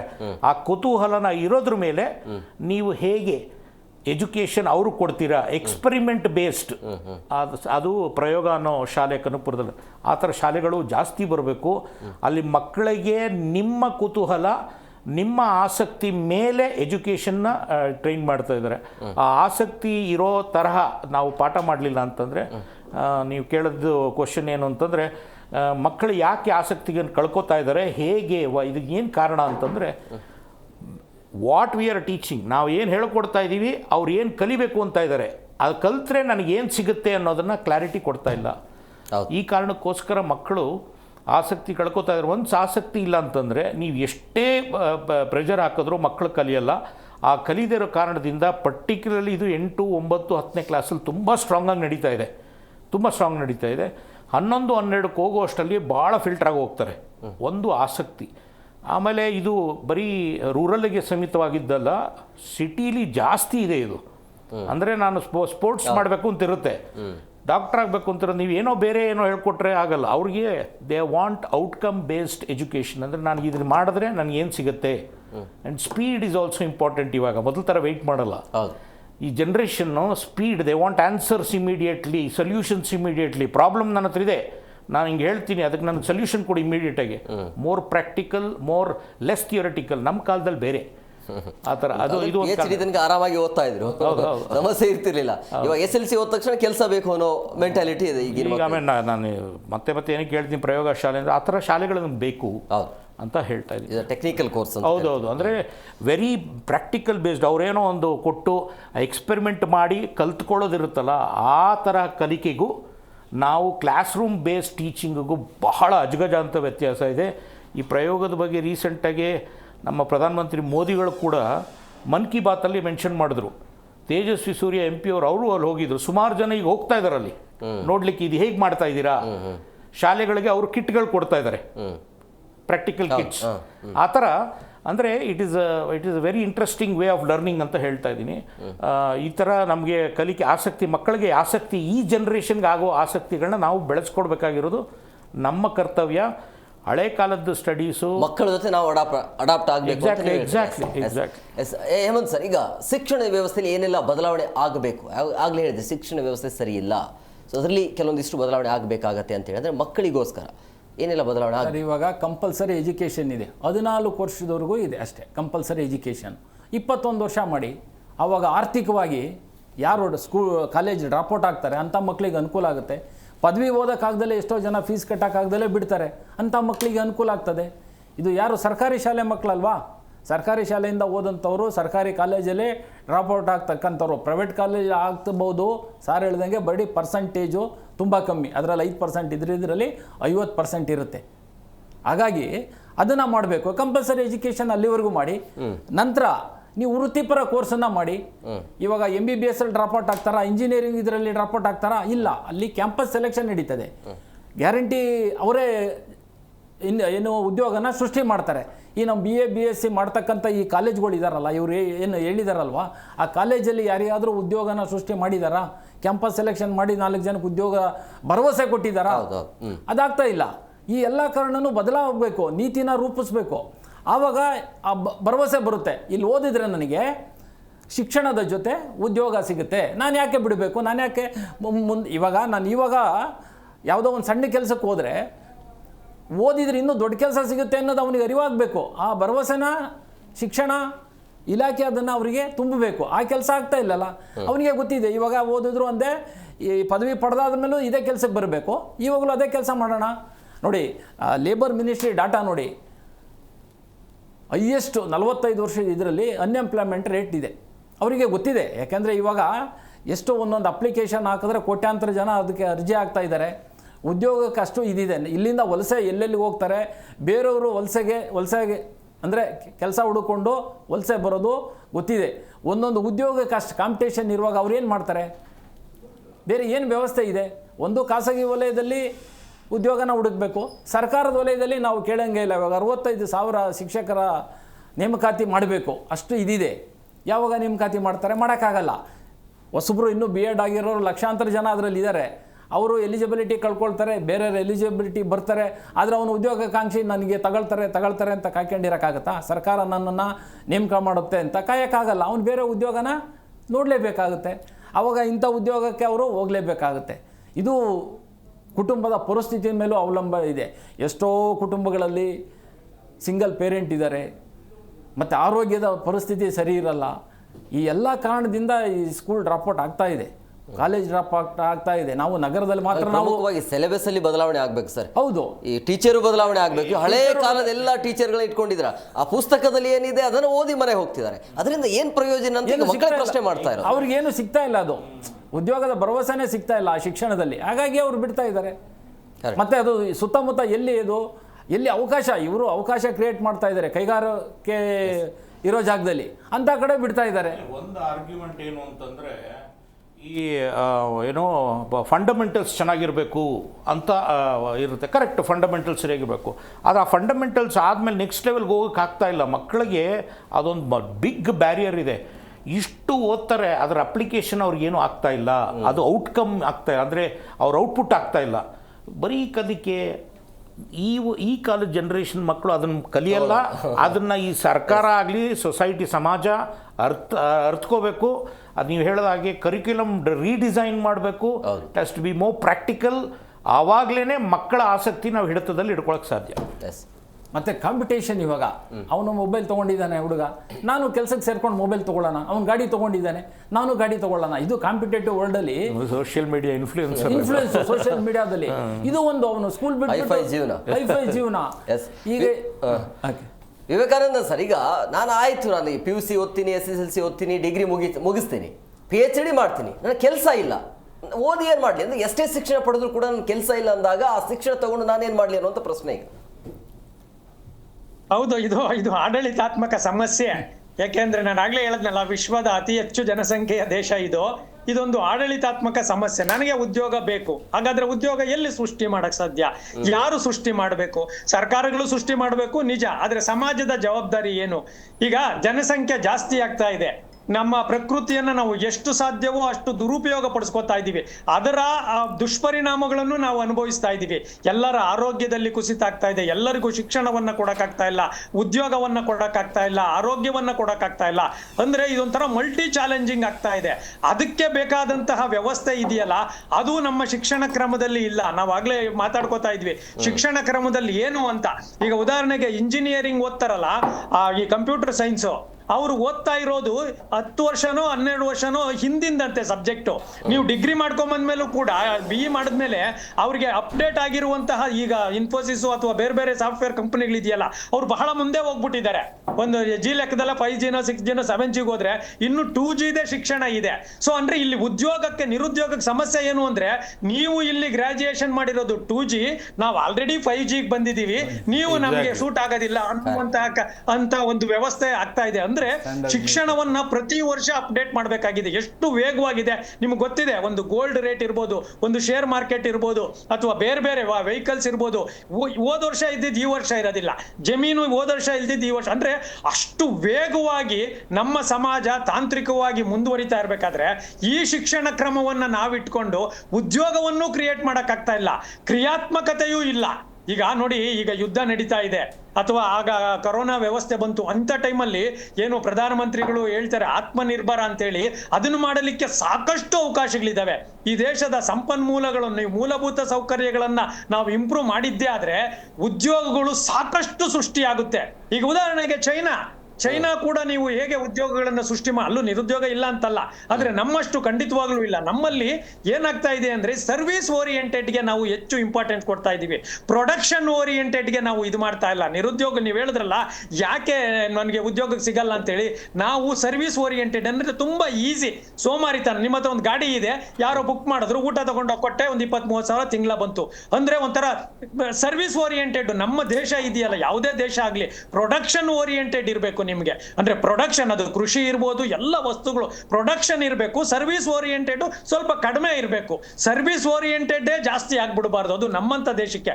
ಈಗ ನಮ್ಮ ದೇಶದಲ್ಲಿ ಎಲ್ಲವೂ ಸರ್ವಿಸ್, ಎಲ್ಲ ಈಗ ಬ್ಯಾಂಕಿಂಗ್ ಸೆಕ್ಟರ್ ಇರ್ಬೋದು, ಬೇರೆ ಬೇರೆ ಸಾಫ್ಟ್ವೇರ್ ಇರ್ಬೋದು, ಇವೆಲ್ಲ ಸರ್ವಿಸೇ. ಯಾವಾಗ ಸರ್ವಿಸು? ನಿಮ್ಗೆ ಉತ್ಪಾದನೆನೇ ಇಲ್ಲ ಅಂದಮೇಲೆ ಸರ್ವಿಸ್ ಎಲ್ಲಿ ಬರುತ್ತೆ? ಸರ್, ಉತ್ಪಾದನೆ ಜಾಸ್ತಿ ಆದಾಗ ಮಾತ್ರ ಸರ್ವಿಸ್ ಮಾಡೋದಲ್ಲ, ಅದನ್ನೇ ನೋಡ್ಕೊಂಡು ನಮ್ಮ ಮಲ್ಟಿನ್ಯಾಷನಲ್ ಕಂಪನಿಗಳೆಲ್ಲ ಏನ್ ಮಾಡ್ಕೊಂಡ್ರು, ಈ ದೇಶದಲ್ಲಿ ಯುವ ಶಕ್ತಿ ಜಾಸ್ತಿ ಇದೆ, ಇವರನ್ನ ನಾವು ಉಪಯೋಗಿಸ್ಕೋದು ಅಂತೇಳಿ ಅವ್ರಿಗೆ ಈಗ ತಾತ್ಕಾಲಿಕವಾಗಿ ನಮ್ಗೆ ಉದ್ಯೋಗ ಕೊಡ್ತಾ ಅದರ ದುಷ್ಪರಿಣಾಮನೇ ಮೊನ್ನೆ ಧಾರವಾಡದಲ್ಲಿ ಏನು ಇದಾಯ್ತಲ್ಲ. ಯಾಕೆಂದ್ರೆ ನಮ್ಮಲ್ಲಿ ಇವಾಗ ಉದ್ಯೋಗ ಸೃಷ್ಟಿ ಆಗ್ತಾ ಇರೋದು ಎಲ್ಲಿ? ಕೇವಲ ಯಾವುದೋ ಸರ್ಕಾರದಲ್ಲಿ ಡ್ರೈವರ್ಗಳು, ಶಿಕ್ಷಕರು, ಕಂಡಕ್ಟರ್ಗಳು, ಈ ತರದ್ರಲ್ಲಿ ಮಾತ್ರ ಲಾರ್ಜ್ ಸ್ಕೇಲ್ ಅಲ್ಲಿ ಆಗ್ತಾ ಇದೆ. ಇನ್ನ ಬೇರೆ ಎಲ್ಲದರಲ್ಲೂ ತುಂಬಾ 1%, 0.5%, 2% ಅಷ್ಟೇ ಉದ್ಯೋಗಗಳಾಗ್ತಾ ಇರೋದು. ಇದೇ ರೇಂಜ್ ಅಲ್ಲಿ ಹೋದ್ರೆ ನಿರುದ್ಯೋಗ ತುಂಬಾ ಜಾಸ್ತಿ ಆಗ್ಬಿಡುತ್ತೆ. ನೋಡಿ, ಈಗ ಯುದ್ಧದ ಸಮಯ, ಈಗ ಅಮೆಜಾನ್ ಅವನು 30,000 ಉದ್ಯೋಗಿಗಳನ್ನ ತೆಗಿತಾ ಇದ್ದಾನೆ, ಒರಾಕಲ್ ಅವನು ಒಂದಷ್ಟು ಉದ್ಯೋಗಗಳನ್ನ ತೆಗಿತಾ ಇದ್ದಾನೆ. ನೋಡಿ, ಯಾಕೆ ನಾವು ಈಗ ಕೆಲಸ ಮಾಡ್ತಾ ಇದೀವಿ ಅಂದ್ರೆ, ನಾವು ಸ್ವಾವಲಂಬನೆಯನ್ನ ಮಾಡ್ತಾ ಇಲ್ಲ, ನಾವು ಪ್ರೊಡಕ್ಷನ್ ಓರಿಯೆಂಟೆಡ್ ಮಾಡ್ತಾ ಇಲ್ಲ, ಸುಮ್ಮನೆ ಸರ್ವಿಸ್ ಓರಿಯೆಂಟೆಡ್ ಮಾಡೋದ್ರಿಂದಾಗಿ ನಿರುದ್ಯೋಗ ಸಮಸ್ಯೆ ತುಂಬಾ ಜಾಸ್ತಿ ಆಗ್ತಾ ಇದೆ. ಅದರ ಪರಿಣಾಮ ನೀವಾಗ್ಲೇ ಪ್ರಶ್ನೆ ಕೇಳಿದ್ರಲ್ಲ, ಹಂಗೆ ಎಲ್ರಿಗೂ ಅನ್ನಿಸ್ತಾ ಇದೆ, ಅರೆ ಎಷ್ಟು ಓದಿದ್ರು ನನ್ ಕೆಲಸ ಸಿಕ್ಕಲ್ಲ, ಎಷ್ಟು ಓದಿದ್ರು ನೀವು BE ಮಾಡಿ MBA ಮಾಡಿ ಎಲ್ಲ ಮಾಡಿದ್ರು ನಾವು ಮತ್ತೆ ಇಲ್ಲೇ ಮಾಡ್ಬೇಕು. ನಾವು ಎಷ್ಟೊಂದು ಆಸಕ್ತಿಯಿಂದ ನಮ್ಮ ಮಕ್ಕಳನ್ನ SLC ಅಲ್ಲಿ PUC ಅಲ್ಲಿ ಎಷ್ಟು ಪೋಷಕರು ಮತ್ತು ಶಿಕ್ಷಕರು ಎಷ್ಟು ಟೆನ್ಷನ್ ತಗೋತಾರೆ ಅಂದ್ರೆ, ನಮ್ಮ ಮಗ ಏನಾಗ್ತಾನೋ ಅಂತ. ಅದು ಕೇವಲ ಗ್ರಾಜುಯೇಷನ್ ಆಗೋವರೆಗೂ ಅಷ್ಟೇ. ಅದಾದ್ಮೇಲೆ ಅವ್ನು ಏನೂ ಆಗ್ತಾ ಇಲ್ಲ, ಮೊಬೈಲ್ ಗೀಳಿಗೆ ಬರ್ತಾ ಇದ್ದಾನೆ, ಸೋಮಾರಿತನ. ನಾನು ಇದನ್ನ ಸಾಮಾನ್ಯವಾಗಿ ಹೇಳ್ತೀನಿ, ವಿವೇಕಾನಂದರು ಏನ್ ಹೇಳಿದ್ರಲ್ಲ, ಉಕ್ಕಿನ ನರಮಂಡಲ ಮತ್ತು ಕಬ್ಬಿಣದ ಮಾಂಸಖಂಡಗಳು ಅಂತ ಏನ್ ಹೇಳಿದ್ರಲ್ಲ, ಅದಕ್ಕೆ ವಿರುದ್ಧವಾಗಿ ನಮ್ಮ ದೇಶದಲ್ಲಿ seedless youths has been creating ಅಂತ. ಆಲ್ಮೋಸ್ಟ್ ಹಣ್ಣು ತರಕಾರಿಗಳಲ್ಲಿ ಸೀಡ್ಲೆಸ್ ಬಂದಂಗೆ ಈ ಯುವಕರಲ್ಲೂ ಅದು ಬರ್ತಾ ಇದೆ. ಯಾಕೆಂದ್ರೆ ಮಾನಸಿಕವಾಗಿ ಸಿಕ್ಕಾಪಟ್ಟೆ ಡಿಪ್ರೆಷನ್ಗೆ ಹೋಗ್ತಾ ಇದ್ದಾರೆ. ಎಷ್ಟೊಂದು ನಾ ಹೇಳ್ತಿರಲ್ಲ, ಎಷ್ಟೋ ಪರ್ಸೆಂಟೇಜು ಡಿಪ್ರೆಷನ್ಗೆ ಹೋಗಿದ್ದಾರೆ ಅಂತ. ಉದ್ಯೋಗ ಇಲ್ಲ. ಸಾಮಾನ್ಯವಾಗಿ ನಮ್ಮ ಮಕ್ಕಳು ನಾವೆಲ್ಲ ಓದಿಸೋದೇನಕ್ಕೆ ಅಂದ್ರೆ, ನಾವು ಒಂದು 50 ವರ್ಷ ಆಗ್ತಾ ಇರುವಂಗೆ, 60 ವರ್ಷ ಆಗ್ತಾ ಇದ್ದಂಗೆ ನಮ್ಮ ಮಕ್ಕಳು ಉದ್ಯೋಗಕ್ಕೆ ಹೋಗ್ಬೇಕು, ಓದ್ತಾರೆ, ಆಗೋದಿಲ್ಲ. ಅದಕ್ಕೆ ಪ್ರತಿ ಟಿವಿಯಲ್ಲೂ ನೀವು ನೋಡ್ತಿದ್ದೀರಿ, ಇರುವ ಜಮೀನಿಗೆ ಹೊಡೆದಾಡ್ತಿದ್ದಾರೆ, ಅಥವಾ ಇನ್ನೇನೋ ಅಪ್ಪ ಮಕ್ಕಳು ಜಗಳ ಆಡ್ತಿದ್ದಾರೆ, ಇನ್ನೇನೋ ಲವ್. ಯಾಕೆ? ಜನಸಂಖ್ಯೆ ಜಾಸ್ತಿ ಆಗ್ತಿದೆ ನಿಜ, ಆದ್ರೆ ಕ್ರೈಮ್ ರೇಟು ಜಾಸ್ತಿ ಆಗೋಗ್ತಾ ಇದೆ. ಉದ್ಯೋಗ ಇಲ್ಲ ಅಂದಾಗ ಇದು ಎಲ್ಲವೂ ಸಾಧ್ಯ. ಎಷ್ಟೊಂದು ಚಾನ್ಸಸ್ ಇದೆ ನಮ್ಮ ದೇಶದಲ್ಲಿ. ನೀವು ಪ್ರವಾಸೋದ್ಯಮ ಇರ್ಬೋದು, ಅಥವಾ ಹೊಸ ಕೈಗಾರಿಕೆಗಳಿರ್ಬೋದು, ಎಲ್ಲವೂ ಗ್ರಾಮ ಸ್ವರಾಜ್ಯಗಳಿರ್ಬೋದು, ಈ ತರದ ಅನೇಕ ಯೋಜನೆಗಳನ್ನ ಸರ್ ಹಾಗೆ ಸಂಪರ್ಕದಲ್ಲಿ ಸರ್ ಬರೆಯಂಗ ಸರ್. ಈಗ ಈ ಕೈಗಾರಿಕೆಗಳ ಉದ್ದೇಶ ಏನಿರಬಹುದು ಅಂತೇಳಿ, ಅಂದರೆ ಆಮಿಷ ಒಡ್ಡುವಂತಿದೆಯಲ್ಲ, 15,000 ಕೊಡ್ತೀವಿ, 20,000 ಕೊಡ್ತೀವಿ, ಎಲ್ಲ ವ್ಯವಸ್ಥೆ ನಮ್ಮ ಕಡೆಯಲ್ಲಿ ಇರುತ್ತೆ ಅನ್ನೋದು, ಅವರ ಉದ್ದೇಶ ಏನು? ಈಗ ಐ ಡೋಂಟ್ ಥಿಂಕ್ ಅವ್ರಿಗೆ ಮಹಾ ಉದ್ದೇಶ ಏನಿರಲ್ಲ. ಈಗ ಅವ್ರಿಗೆ ನೀಡಿದೆ, ಯಾರಿಗೆ ಕೈಗಾರಿಕೆಗಳಿಗೆ ನಾನು ಹೇಳ್ದಂಗೆ ರಿಟೇಲ್ ಸ್ಟೋರ್ಸು, ಮಾಲ್ಸು, ವೇರ್ ಹೌಸ್ಗಳು ಎಲ್ಲ ಹೇಳ್ತಾ ಇದ್ದೀನಿ. ಕಂಪ್ನಿಗಳ ಹೆಸರು ಹೇಳೋಕ್ಕೆ ಹೋಗಲ್ಲ, ಬಟ್ ವೇರ್ ಹೌಸ್ಗಳು, ರಿಟೇಲ್ ಸ್ಟೋರ್ಸು, ಮಾಲ್ಗಳು, ಯು ಲುಕ್ ಅಟ್ ಹಾಸ್ಪಿಟಲ್ಸು, ಪ್ರತಿಯೊಂದು ಜಾಗದಲ್ಲೂ ನಿಮಗೆ ಹೆಲ್ಪರ್ಸು ಅಥವಾ ಆ ಇದ್ರ ಲೆವೆಲ್ ಅಂದರೆ 8, 9, 10ನೇ ಕ್ಲಾಸ್ ಫೇಲ್ ಆಗ್ತಾರೆ ಅಥವಾ ಪಾಸ್ ಆಗ್ತಾರೆ, ಆ ಲೆವೆಲ್ಗೆ ಇದ್ದರೆ ಸಾಕು. ನಿಮಗೆ ಅದ್ರದ್ದು ಡಿಮ್ಯಾಂಡ್ ಇದೆ, let us not deny. Demand ಇದ್ದರೆ ಅವರು ಅವ್ರದ್ದು ಉದ್ದೇಶ ನನಗೆ ಗೊತ್ತಿರೋಂಗೆ ಬೇರೆ ಏನಿಲ್ಲ. ಅವ್ರ ಕೆಲಸ ಆಗಬೇಕಷ್ಟೇ. ಅವ್ರಿಗೆ ಅದನ್ನು ಈಗ ಯಾವಾಗ ನಾವು ಟೈಅಪ್ ಮಾಡಲ್ವೋ, ಈಗ ನಾನು ಹೇಳೋದು, ಈಗ ಒಬ್ಬೊಬ್ಬರ ಹತ್ರ 8 ಅವರ್ ಕೆಲಸ ಮಾಡಬೇಕು, ನೀವು 12 ಅವರ್ ಕೆಲಸ ಮಾಡಿಸ್ತಾ ಇದ್ದೀರಾ. ಹೋಗೋಕ್ಕೆ 1.5 ಗಂಟೆ, ಬರೋಕ್ಕೆ 1 ಗಂಟೆ, ಹೆಚ್ಚು ಕಡಿಮೆ 15ರಿಂದ 16 ಅವರ್ ಆ ಹುಡುಗ ಇರ್ತಾನೆ, ಮಗು ಇರುತ್ತೆ. ಅದನ್ನು ಮಾಡಿ ಕೆಲಸ ಮಾಡಿಸಿ ನಿಮಗೆ ಬೇರೆ ಯಾವುದಕ್ಕೂ ಅವಕಾಶ ಇರೋಲ್ಲ. ನಾನು ಹೇಳೋದು ಅಂದರೆ ಸರ್ಕಾರ ಕೂಡ they should bring a law. They said ನೀನು 8 ಅವರ್ಸ್ ಕೆಲಸ ಮಾಡ್ಕೋ, ಆದರೆ ಅದಕ್ಕೆ ಇಂಟರ್ನ್ಶಿಪ್ ಆಗಲಿ, ವೊಕೇಶ್ನಲ್ ಸರ್ವಿಸ್, ಬೇರೆ ಅವಕಾಶ ಇರಬೇಕು. ಅವ್ನ ಡೆವಲಪ್ಮೆಂಟಿಗೆ ಕೂಡ ಅವಕಾಶ ಇರಬೇಕು. ಸರ್ಕಾರ ಇದು ಮಾಡ್ಬೋದು. ನೀನು 10ನೇ ಕ್ಲಾಸ್ ಹುಡುಗನಿಗೆ ಕೆಲಸ ಕೊಟ್ಟರೆ ಆ ಕೆಲಸದ ಜೊತೆಗೆ ಅವನ development, career development, learning and development ಏನಿದೆ ಅನ್ನೋದು ಹಾದಿ ಕೂಡ, ಕೆರಿಯರ್ ಗ್ರಾಫ್ ಕೂಡ ಕೊಡೋ ಜವಾಬ್ದಾರಿ ಈ ಹೈರಿಂಗ್ ಕಂಪ್ನಿಗಳು ಯಾವುದಾದಿದೆ, ಕೈಗಾರಿಕೆಗಳಿಗೆ ಹೇಳ್ತಾ ಇದ್ದೀರಾ, ಅವ್ರಿಗೆ ಅದನ್ನು ಅಟ್ಯಾಚ್ ಮಾಡಬೇಕು. ಅಟ್ಯಾಚ್ ಮಾಡಲಿಲ್ಲ ಅಂದರೆ 18ರಿಂದ 21 ವರ್ಷದವ್ರು ನೀವು ಇವ್ರು ಹೇಳಿದಾಗೆ ನೀವು ಅದನ್ನು ಮಾಡಬಾರ್ದು. ಕಂಪಲ್ಸರಿ ಲರ್ನಿಂಗ್ ಮಾಡಿ. ನೀವು ತಗೊಂಡ ಮೇಲೆ ಆ ಮಗು ಜವಾಬ್ದಾರಿ ಕೂಡ ನಿಮ್ದಿರಬೇಕು. ಇದು ಸಮಾಜ ಕಲ್ಯಾಣ, ಇದು ನಿಜವಾದ ಸಮಾಜ ಕಲ್ಯಾಣ. ಯಾರು ಕೈಗಾರಿಕೆಗಳು, MNCಗಳಂತೀವಲ್ಲ, ಅಲ್ಲಿಂದ ಬಂದು ಮಕ್ಕಳನ್ನ ಶೋಷಣೆ ಅಂತಲೇ ಹೇಳ್ಬೋದು ನಾನು. ಯಾಕೆಂದರೆ ಅವ್ರಿಗೆ 15-20 ಸಾವಿರ ರೂಪಾಯಿ ಬಿಗ್ ಮನಿ. ಮನೆಗೆ ಒಂದು 5 ಸಾವಿರ ರೂಪಾಯಿ ಕೊಟ್ಟರೆ ತಂದೆ ತಾಯಿಗಳ ಖುಷಿ. ಅದನ್ನು ಆಮೇಲೆ ಉಳಿದದ್ದು ಇವರು ಇದು ಮಾಡ್ಕೊಳ್ತಾರೆ. ಬಟ್ ಅವ್ರದ್ದು ಎಜುಕೇಷನ್, ಅವ್ರದ್ದು ಕೆರಿಯರ್ ಗ್ರೋತು ಮುಗಿದೋಗುತ್ತೆ. ಯಾಕಂದರೆ ಸಂಜೆ ಹೊತ್ತು ಶಾಲೆಗೆ ಹೋಗಿ, ಕಾಲೇಜ್ಗೆ ಹೋಗೋಕ್ಕಾಗಲಿಲ್ಲ, ನಿನ್ನ ಡೆವಲಪ್ಮೆಂಟ್ ಎಲ್ಲ ಆಗ್ತದೆ. 8, 9, 10ನೇ ಕ್ಲಾಸ್ ಓದಿ ಫೇಲ್ ಆಗಿ ಅಥವಾ ಪಾಸ್ ಆಗಿದ್ರೆ ಅಲ್ಲಿಗೆ ಮುಗಿದೋಗುತ್ತೆ. ಇನ್ನೊಂದು 5-6 ವರ್ಷ ದೆನ್ ನೀವು ಮದುವೆ ಆಗ್ತೀರಿ, ಮುಗೀತು ಕತೆ ಅಲ್ಲೇ. ಮದುವೆ ಆದ್ಮೇಲೆ ಮುಗೀತು. ಅಂದ್ರೆ ನಾನೇನು ಹೇಳ್ತಾ ಇದ್ದೀನಿ, ಮದುವೆ ಆದ್ಮೇಲೆ ಮಕ್ಕಳಾಗ್ತದೆ, ನಿಮ್ಮ ಮಕ್ಕಳ ಯೋಚನೆ ಬಂದ್ಬಿಡ್ತದೆ, ನಿಮ್ಮ ಡೆವಲಪ್ಮೆಂಟ್ ಮುಗೀತು. 20-21ಕ್ಕೆ ಮುಗಿದೋಗ್ತದೆ. ಅದಕ್ಕೋಸ್ಕರ ನನ್ನ ಕೇಳಿದ್ರೆ ಅವರು MNC ಅವ್ರಗಳಿಗಾಗಿ at the moment because of lack of law ಇಲ್ಲದೆ ಇರೋದ್ರಿಂದ, ಯಾವುದು ಪಾಲಿಸಿ ಇಲ್ಲದಿರೋದ್ರಿಂದ ಅವರು ತಗೊಳ್ಳೋದು ಶೋಷಣೆ, ಯೂಸ್ ಮಾಡ್ತಾರೆ, ಹೋಗಿತಾರೆ. ಅವ್ರಿಗೆ ಏನು ಬೇಕಿಲ್ಲ, ಅದು ಅಷ್ಟೇ. ಹೆಚ್ಚಿನ ಕೈಗಾರಿಕೆಗಳು ಅವರ ಲಾಭಕ್ಕೋಸ್ಕರನೇ, ಜನಗಳಿಗೆ ಸೇವೆ ಆಗಲಿ, ಜನಗಳಿಗೆ ಇದು ನಾನು ಜಾಬ್ ಪ್ರೊವೈಡ್ ಮಾಡ್ತೀನಿ ಅನ್ನೋ ಉದ್ದೇಶ ಇಲ್ಲ. ಮಾಡ್ತಿರೋದೇ ಅವರ ಲಾಭಕ್ಕಾಗಿ, ಎಲ್ಲ ಅವರ ಲಾಭಕ್ಕಾಗಿ. ಅಲ್ಲಿ ಇಂಥ ಮಕ್ಕಳಾದ್ರೆ ಕಡಿಮೆ ವೇಜಸ್ ಅಲ್ಲಿ ದುಡಿಸ್ಕೊಬಹುದು. ಇವಾಗ ನೀವು ಕ್ವಾಲಿಫೈಡ್ ಆದರೆ ನೀವು ಜಾಸ್ತಿ ಡಿಮ್ಯಾಂಡ್ ಮಾಡ್ತೀರಾ. ಇವರು ಕ್ವಾಲಿಫೈಡ್ ಇರಲ್ಲ, ಅನ್ಸ್ಕಿಲ್ಡ್ ಲೇಬರರು, ಇವರಿಗೆ ನೀವು ಕೊಟ್ಟಷ್ಟನ್ನ ತಗೊಳ್ತಾರೆ. ಇವ್ರಿಗೆ ಎಜುಕೇಷನ್ ಇಲ್ಲ ಅಂದರೆ ಅವ್ರಿಗೆ ಇನ್ನೂ ಒಳ್ಳೆಯದು. ನೀವು ಬೆಂಗಳೂರಿನ ಸುತ್ತಮುತ್ತ ದೊಡ್ಡ ದೊಡ್ಡ ಕಂಪ್ನಿಗಳು, ಇಂಥ ಕೈಗಾರಿಕೆಗಳಲ್ಲಿ ನೋಡಿ, ಯಾರು ಎಜುಕೇಷನ್ ಇರಲ್ಲ, ಯಾರು ಸ್ಥಳೀಯರಿರಲ್ಲ. ಅಂದರೆ ಸ್ಥಳೀಯರಿದ್ದರೆ ಗಲಾಟೆ ಮಾಡ್ತೀರಾ, ನೀವು ಯೂನಿಯನ್ ಮಾಡ್ಕೊಳ್ತೀರಾ, ರೈಟ್ಸ್ ಬಗ್ಗೆ ಕೇಳ್ತೀರಾ. ನೀವು ಔಟ್ಸೈಡಿಂದ ಕರ್ಕೊಬಂದರೆ ನೀವು ಕೊಟ್ಟಷ್ಟು ತೊಗೊಳ್ತೀರಾ, ಯೂನಿಯನ್ ಮಾಡೋಕ್ಕಾಗಲ್ಲ, ನಿಮ್ಮ ರೈಟ್ಸ್ ಬಗ್ಗೆ ಕೇಳೋಕ್ಕಾಗಲ್ಲ. ನಾನು ಆರಾಮಾಗಿ ಕಂಪನಿ ಇನ್ನೂ ಸಿಚುವೇಶನ್ ವರ್ಸ್ ಆಗುತ್ತೆ. ಯಾಕೆ ಅಂದರೆ ಈ ವರ್ಷದ ಮಿನಿಮಮ್ ವೇಜ್ ಏನಿದೆ ಅದನ್ನು ಇನ್ನೂ ರೈಸ್ ಮಾಡಿದ್ದಾರೆ. ಅಂದರೆ ನಿಮ್ಗೆ 15-20 ಸಾವಿರ ರೂಪಾಯಿ ಕೊಡೋ ಇದು ಮಿನಿಮಮ್ ವೇಜು 25 ಸಾವಿರ ರೂಪಾಯಿ 14 ಇತ್ತು, ಇವಾಗ ಜಾಸ್ತಿ ಮಾಡಿದ್ದಾರೆ. ಅಂದರೆ ಜಾಸ್ತಿ ಮಾಡಿದ್ದಾರೆ. ಏನಾಗುತ್ತೆ ಅವಾಗ ಮಕ್ಕಳಿಗೆ ಇನ್ನೂ ಆಕರ್ಷಣೆ, ಇನ್ನೂ ಬಲೆಗೆ ಬೀಳ್ತಾರೆ. ಅದನ್ನ ಸರ್ ಹೇಳಿ. ಅಲ್ಲಲ್ಲ, ಅದು ಮಾಡಲಿ. ಯಾಕೆಂದರೆ ಮಿನಿಮಮ್ ವೇಜಸ್ ಇವಾಗ ಮಕ್ಕಳು ಹೋಗೋ ಜಾಗದಲ್ಲಿ ದೊಡ್ಡವ್ರು ಹೋದರೆ ಅವಾಗ ಅವನಿಗೆ ಮಿನಿಮಮ್ ವೇಜಸ್ ಸಿಗಬೇಕಾಗುತ್ತೆ.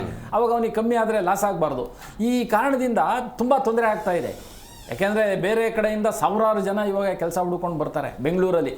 ಇಲ್ಲಿ ಜಾಬ್ ಕ್ರಿಯೇಷನ್ ಇದೆ, ಖಾಸಗಿ ವಲಯದಲ್ಲಿ ಜಾಬ್ ಕ್ರಿಯೇಷನ್ ಆಗ್ತಾ ಇದೆ.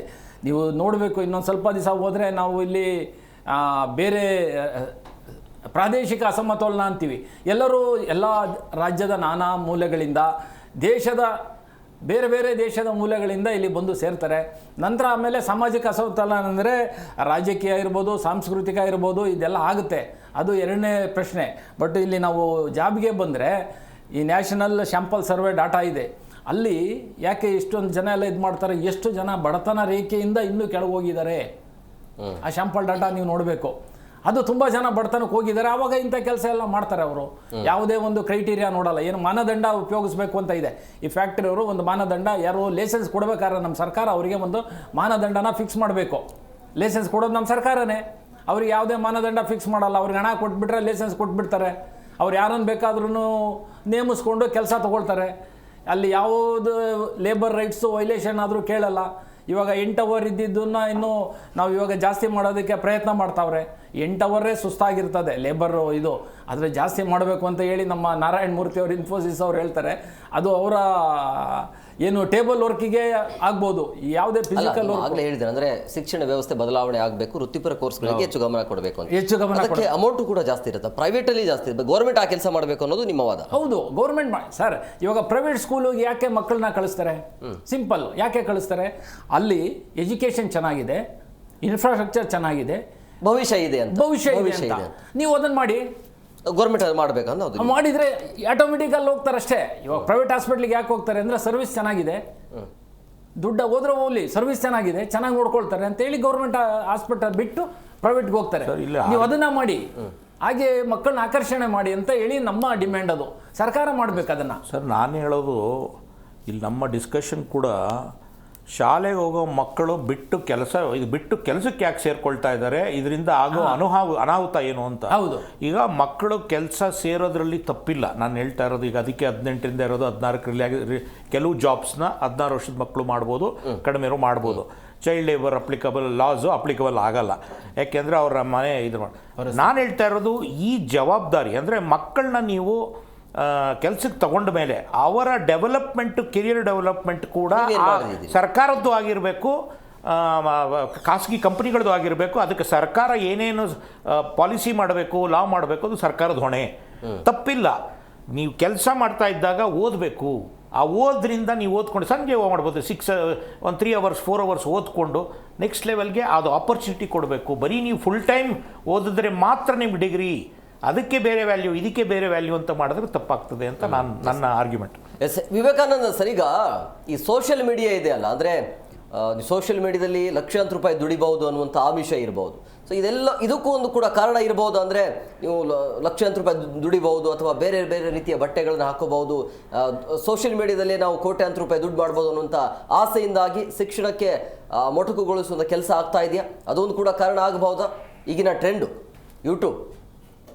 ಸಣ್ಣ ಇದಾಗುತ್ತೆ. ಯಾಕೆಂದ್ರೆ ನಿಮ್ ಸೋಷಿಯಲ್ ಮೀಡಿಯಾದಿಂದ ಯಾರು ಜಾಸ್ತಿ ಅರ್ನ್ ಮಾಡ್ಲಿಕ್ಕೆ ಆಗೋದಿಲ್ಲ. ನೀವು ಯಾವ್ದು ಯೂಟ್ಯೂಬ್ ಅಲ್ಲಾಗ್ಲಿ ಇನ್ನೊಂದಾಗ್ಲಿ ಅದೆಲ್ಲ ಕೇವಲ ಸಕ್ಸಸ್ ರೇಟ್ ಇರೋದು 1%, 2%, ಒಂದು 5% ಇರ್ಬೋದು ಮ್ಯಾಕ್ಸಿಮಮ್. ಅದರಿಂದ ಆಚೆ ಅವ್ರಿಗಿನ್ನೂ ಗೊತ್ತಿಲ್ಲ ಅಷ್ಟೇ. ಖಂಡಿತವಾಗ್ಲೂ ಸೋಷಿಯಲ್ ಮೀಡಿಯಾದಲ್ಲಿ ನಾವು ಏನೋ ನಮ್ಮ ಟ್ಯಾಲೆಂಟ್ ಅನ್ನು ಉಪಯೋಗಿಸೋ ಅಥವಾ ಇನ್ನೊಂದೋ ಮಾಡಿ ಸಕ್ಸಸ್ ಆಗ್ಬೇಕು ಅನ್ನೋದಿಲ್ಲ. ಸಕ್ಸಸ್ ರೇಟ್ ನೀವು ಎಂತೆಂಥ ಹೋಟ್ಲು, ಎಂತೆಂಥ ಬಿಸ್ನೆಸ್, ಎಂತೆಂಥದ್ದೇ ಮಾಡಿನೇ ಲಾಸ್ ಆಗ್ತಾ ಇರ್ಬೇಕಾದ್ರೆ ಸೋಷಿಯಲ್ ಮೀಡಿಯಾದಲ್ಲಿ ಯಾವ್ಯಾವ ತರನೋ ಮಾಡಿ ಖಂಡಿತವಾಗ್ಲೂ ಆಗಲ್ಲ. ಆದ್ರೆ ಹೇಗೆ ಅಂದ್ರೆ ನಿಮ್ಗೆ ನೋಡಿ, ವಿದೇಶಗಳಲ್ಲೆಲ್ಲ ಈಗಲೂ ಇದೆ ಅರ್ನ್ ವೈ ಸ್ಟಡಿಯಿಂಗ್ ಅಂತೇಳಿ. ಆದ್ರೆ ಅಲ್ಲಿ ಒಂದಷ್ಟು ನೀತಿ ನಿಯಮಗಳಿದಾವೆ. ನೀವು ಬಹಳ ವಿದೇಶದ ದೊಡ್ಡ ದೊಡ್ಡ ಕಂಪನಿಗಳೆಲ್ಲ ದೊಡ್ಡ ದೊಡ್ಡ ಯೂನಿವರ್ಸಿಟಿಗಳಲ್ಲಿ ನೀವು ಹೈಯರ್ ಎಜುಕೇಶನ್ ಓದ್ಬೇಕಾದ್ರಾಗ ನೀವು ಓದ್ತಾನೂ ಇರ್ಬೋದು. ಅಲ್ಲಿ ದಿನಕ್ಕೆ 1 ಗಂಟೆ 2 ಗಂಟೆ ಅಥವಾ 3 ಗಂಟೆ ನಿಮ್ಮ ಶಿಕ್ಷಣಕ್ಕೆ ಯಾವುದೇ ತೊಂದರೆ ಆಗದಂತೆ ಮಾಡುವಂತಹ ವ್ಯವಸ್ಥೆ ಇದೆ. ಆದ್ರೆ ನಮ್ಮಲ್ಲಾಗಲ್ಲ. ಅದು ನಮ್ಮ ಸಂಸ್ಕೃತಿಗೆ ಖಂಡಿತವಾಗ್ಲೂ ಒಗ್ಗೋದಿಲ್ಲ. ಯಾಕೆಂದ್ರೆ ನಮ್ಮದು ಕೃಷಿ ಆಧಾರಿತ ದೇಶ ಬಹುತೇಕ. ಅಂದ್ರೆ ಈಗ ಕಡಿಮೆ ಆಗ್ತಾ ಇದೆ, ಆ ಪ್ರಶ್ನೆ ಬೇರೆ. ನಮ್ಮ ಕೌಟುಂಬಿಕ ವ್ಯವಸ್ಥೆಗೆ ಒಮ್ಮೆ ನೀವು ದುಡಿಯಕ್ಕೆ ಹೋದ್ರೆ ಇಲ್ಲಿ ಯಾವ ರೀತಿ ಇದೆ ಅಂದ್ರೆ ಹಣಕಾಸಿನ ವಿಷಯದಲ್ಲಿ ಬಹಳಷ್ಟು ಮಡಿವಂತಿಕೆ ಇದೆ ನಮ್ಮ ದೇಶದ ಕೌಟುಂಬಿಕ ವ್ಯವಸ್ಥೆಯಲ್ಲಿ. ನೀವು ಒಮ್ಮೆ ನಿಮಗೆ ಅದು ದುಡ್ಡು ಬಂತು, ನೀವು ಒಮ್ಮೆ ಸ್ವತಂತ್ರ ಆದ್ರಿ ಅಂತ ಹೇಳಿದ್ರೆ ಅಲ್ಲಿಂದ ಆಚೆ ನಿಮಗೆ ಶಿಕ್ಷಣದ ಮೇಲೆ ಆಸಕ್ತಿ ತುಂಬಾ ಕಡಿಮೆ ಆಗ್ತಾ ಬಂದ್ಬಿಡುತ್ತೆ.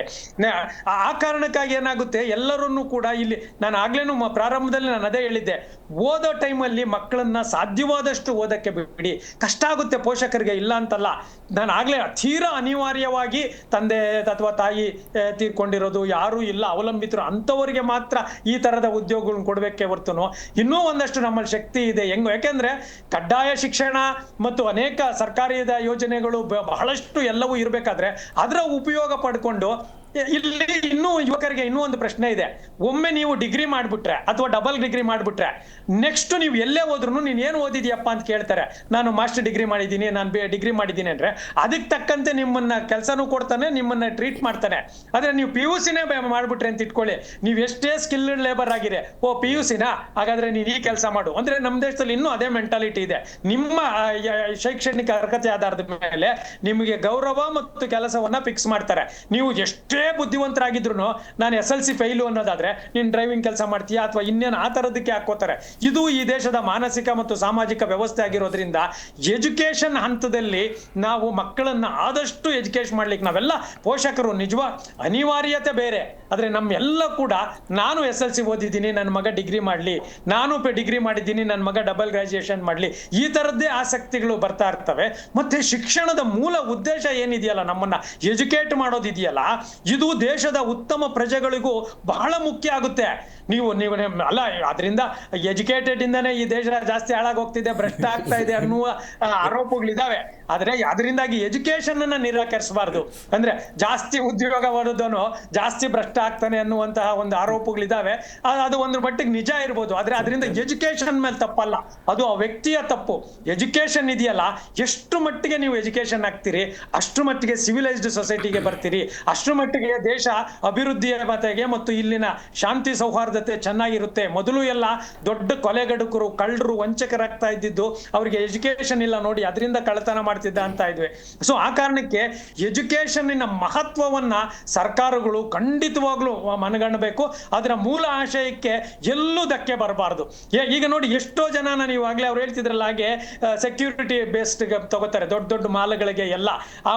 ಹೆಣ್ಣು ಮಕ್ಕಳಿಗೆ ಒಂದಷ್ಟು ಇದರಿಂದ ಉಪಯೋಗ ಆಗಿದೆ, ಇಲ್ಲ ಅಂತ ಹೇಳಲಿಲ್ಲ. ಯಾಕೆಂದ್ರೆ ಸಾಮಾಜಿಕ ವ್ಯವಸ್ಥೆಯಲ್ಲಿ ಅವರಿಗೆ ಸ್ವತಂತ್ರ ಇರಲಿಲ್ಲ, ಸ್ವಾವಲಂಬನೆ ಇರಲಿಲ್ಲ. ಆ ಕಾರಣಕ್ಕಾಗಿ ಅವ್ರನ್ನ ಹೇಗೆ ದುರುಪಯೋಗ ಪಡಿಸ್ಕೊತಾ ಇದ್ದಾರೆ ಗೊತ್ತಲ್ಲ. ಆಗ್ಲೇ ಹೇಳಿದ್ರಲ್ಲ, ಅವ್ರು 14-15 ಅವರು ಹೆಣ್ಣು ಮಕ್ಕಳನ್ನ ಮತ್ತೆ ಈ ಖಾಸಗಿ ಕಂಪನಿಗಳು ಅವ್ರ ಮೇಲೆ ದೌರ್ಜನ್ಯ ಮಾಡ್ತಾ ಇದ್ದಾರೆ, ಫಿಸಿಕಲ್ ದೌರ್ಜನ್ಯ ಮಾಡ್ತಾ ಇದ್ದಾರೆ. ಯಾಕೆಂದ್ರೆ ಅನಿವಾರ್ಯ ಸೃಷ್ಟಿ ಮಾಡ್ತಾರೆ. ಸೊ ಇದು ತೀರಾ ಈ ಸಾಮಾಜಿಕ ವ್ಯವಸ್ಥೆಗೆ ತುಂಬಾ ತೊಂದರೆ ಆಗುತ್ತೆ. ಮತ್ತೆ ಇನ್ನೊಂದೇನು ಅಂದ್ರೆ, ರಾಜಕೀಯ ವ್ಯವಸ್ಥೆ ಕೂಡ ಇದ್ರ ಬಗ್ಗೆ ಯೋಚನೆ ಮಾಡ್ತಾ ಇಲ್ಲ. ಈಗ ನಾವೇನಿಲ್ಲಿ ಕೂತ್ಕೊಂಡು ನಿರುದ್ಯೋಗದ ಬಗ್ಗೆ ಮಾತಾಡ್ತಿದೀವಿ, ಇಷ್ಟೇ ಸಮಯವನ್ನ ಮುಖ್ಯಮಂತ್ರಿಗಳು ಅಥವಾ ಕಾರ್ಮಿಕ ಇಲಾಖೆಗಳು ಅಥವಾ ಅದರ ಮೂಲಭೂತ ಸೌಕರ್ಯಗಳನ್ನ ಮಾಡಿದ್ರೆ, ಕೇವಲ ಉದ್ಯೋಗ ಅಂದ್ರೆ ನೀವು ಸರ್ಕಾರದಲ್ಲೇ ತಗೋಬೇಕಂತಲ್ಲ. ಈಗ ಅಲ್ಲೆಲ್ಲ ಮಾಡೋದು ಸರ್ಕಾರ ಉದ್ಯೋಗಕ್ಕೆ ಓಕೆ, ಸರ್ಕಾರ ಎಷ್ಟು ಜನಕ್ಕೆ ಕೆಲಸ ಕೊಡಕ್ಕಾಗುತ್ತೆ? ಉದ್ಯೋಗವನ್ನ ಸ್ವಾವಲಂಬನೆಯನ್ನ ಮಾಡುವಂತಹ ಬೇರೆ ಬೇರೆ ನೀತಿಗಳನ್ನ ತಗೋಬರ್ಬೇಕು. ಇದಾವೆ ಯೋಜನೆಗಳು, ಅನೇಕ ಯೋಜನೆಗಳು ಕೇಂದ್ರ ಮತ್ತು ರಾಜ್ಯದಲ್ಲಿ ಇದಾವೆ. ಇಂಪ್ಲಿಮೆಂಟೇಷನ್ ಅಲ್ಲಿ ಬಹಳ ಪ್ರಾಬ್ಲಮ್ ಇದಾವೆ. ಸಣ್ಣ ಸಣ್ಣ ಉದ್ಯೋಗಗಳನ್ನ ಮಾಡ್ತಾ ಈಗ ವಿಶ್ವದಲ್ಲಿ 3ನೆಯ ದರ್ಜೆ ಅನೇಕ ದೇಶಗಳಿದಾವೆ. ನಮ್ಮ ದೇಶದಲ್ಲಿ ಉದಾಹರಣೆಗೆ ಬೇರೆ ಬೇರೆ ದೇಶಗಳಲ್ಲಿ ನಮ್ಮ ದೇಶದ ಯೋಗ ಟೀಚರ್ಸ್ಗೆ ಬಹಳ ಡಿಮ್ಯಾಂಡ್ ಇದೆ. ನಮ್ಮ ದೇಶದಲ್ಲಿ ಬೆಳೆಯುವಂತ ಅನೇಕ ವಸ್ತುಗಳಿಗೆ 3ನೇ ದೇಶಗಳು ಅಂತ ಏನಿದೀವಿ, ಇನ್ನೂ ಹಿಂದುಳಿದ ದೇಶಗಳಿದಾವಲ್ಲ, ಅಲ್ಲಿಗೆ ರಫ್ತು ಮಾಡುವ ಎಲ್ಲ ಸಾಧ್ಯತೆನೂ ಇದೆ. ಅದನ್ನ ಕೇಂದ್ರ ಮತ್ತು ರಾಜ್ಯ ಸರ್ಕಾರಗಳು ಒಟ್ಟಾಗಿ ಮಾಡೋದಾದ್ರೆ ನಮ್ಮ ದೇಶದಲ್ಲಿ ಇರುವಂತಹ ಕೃಷಿ ಆಧಾರಿತ ಇರ್ಬೋದು, ಸಣ್ಣ ಕೈಗಾರಿಕೆ ಆಧಾರಿತ ಇರ್ಬೋದು, ಮೊದಲು ಎಲ್ಲ ಮಾಡ್ತಾ ಇದ್ರು ಅದನ್ನ. ಅದ್ಯಾಕೋ ಗೊತ್ತಿಲ್ಲ, ಇತ್ತೀಚೆಗೆ ಅದನ್ನ ಬಹಳ ನೆಗ್ಲೆಕ್ಟ್ ಮಾಡಿದ್ದಾರೆ. ಕೇವಲ ಕೆಲವು ವರ್ಗ ಮಾತ್ರ, ಏನ್ ನೀವೀಗ ಅಂಬಾನಿಗಳು ಅದಾನಿಗಳು ಅಂತ ಹೇಳ್ತಿದೀವಿ, ಅವರೇ ಹೆಚ್ಚು ಕಡಿಮೆ ನಮ್ಮ ಎಕಾನಮಿನ ಆಕ್ಯುಪೈ ಮಾಡ್ತಾ ಇದ್ದಾರೆ. ಸ್ವಯಂ ಉದ್ಯೋಗಗಳನ್ನ ರಫ್ತು ಮಾಡ್ಲಿಕ್ಕೆ ಅವ್ರು ಹೆಚ್ಚು ಪ್ರೋತ್ಸಾಹ ಕೊಡ್ತಾ ಇಲ್ಲ. ಸರ್ಕಾರ ಆ ನಿಟ್ಟಿನಲ್ಲಿ ಕೆಲಸ ಮಾಡೋದಾದ್ರೆ ಖಂಡಿತವಾಗ್ಲೂ ನಮ್ಮ ಬರೀ ಸಾಫ್ಟ್ವೇರ್ ಅವರು ಬೇರೆ ಬೇರೆ ದೇಶಕ್ಕೆ ನಾವು ಎಕ್ಸ್ಪೋರ್ಟ್ ಮಾಡ್ತಿದೀವಿ, ನಮ್ಮಲ್ಲಿ ಅದು ಬಿಟ್ಟು ವಸ್ತುಗಳನ್ನು ಕೂಡ, ಕೃಷಿ ವಸ್ತುಗಳನ್ನು ಕೂಡ ವಿಶ್ವದ ಬೇರೆ ಬೇರೆ ದೇಶಗಳಿಗೆ ಮಾಡಿದ್ರೆ ನಿರುದ್ಯೋಗನೇ ಇರೋದಿಲ್ಲ. ಕರ್ನಾಟಕದಲ್ಲಿ ಬಹಳಷ್ಟು ಜನ ಸ್ವಉದ್ಯೋಗಕ್ಕೆ ಬಹಳ ಅವಕಾಶ ಇದೆ. ಆದ್ರೆ ಸರ್ಕಾರ ಮತ್ತು ಆಡಳಿತ ವ್ಯವಸ್ಥೆ ಅದ್ರ ಬಗ್ಗೆ ಹೆಚ್ಚು ಗಮನ ಕೊಡಬೇಕು. ಇಲ್ಲ ಅಂದ್ರೆ ನಿರುದ್ಯೋಗ ಸಮಸ್ಯೆ ಖಂಡಿತವಾಗ್ಲೂ ಬಗೆಹರಿಯಲ್ಲ, ಇನ್ನೂ ಜಾಸ್ತಿಯಾಗಿ ಈ ದೇಶದ ಪರಿಸ್ಥಿತಿ ಅಪಾಯಕಾರಿ ಅಂತ ತಲುಪಬಹುದು. ನಾನು ಒಂದು ಜಸ್ಟ್ ಆ್ಯಡ್ ಮಾಡಿಬಿಡ್ತೀನಿ. ನಿಮ್ಮದು ಕ್ವಶನ್ ವಾಸ್ ಇನ್ಫ್ಲೂಯೆನ್ಸರ್ಗಳು ಇದಕ್ಕೆ ಇದು ಬರ್ತಾ ಇದೆಯಾ ಅಂತ ಒಂದು, that was the main question you had.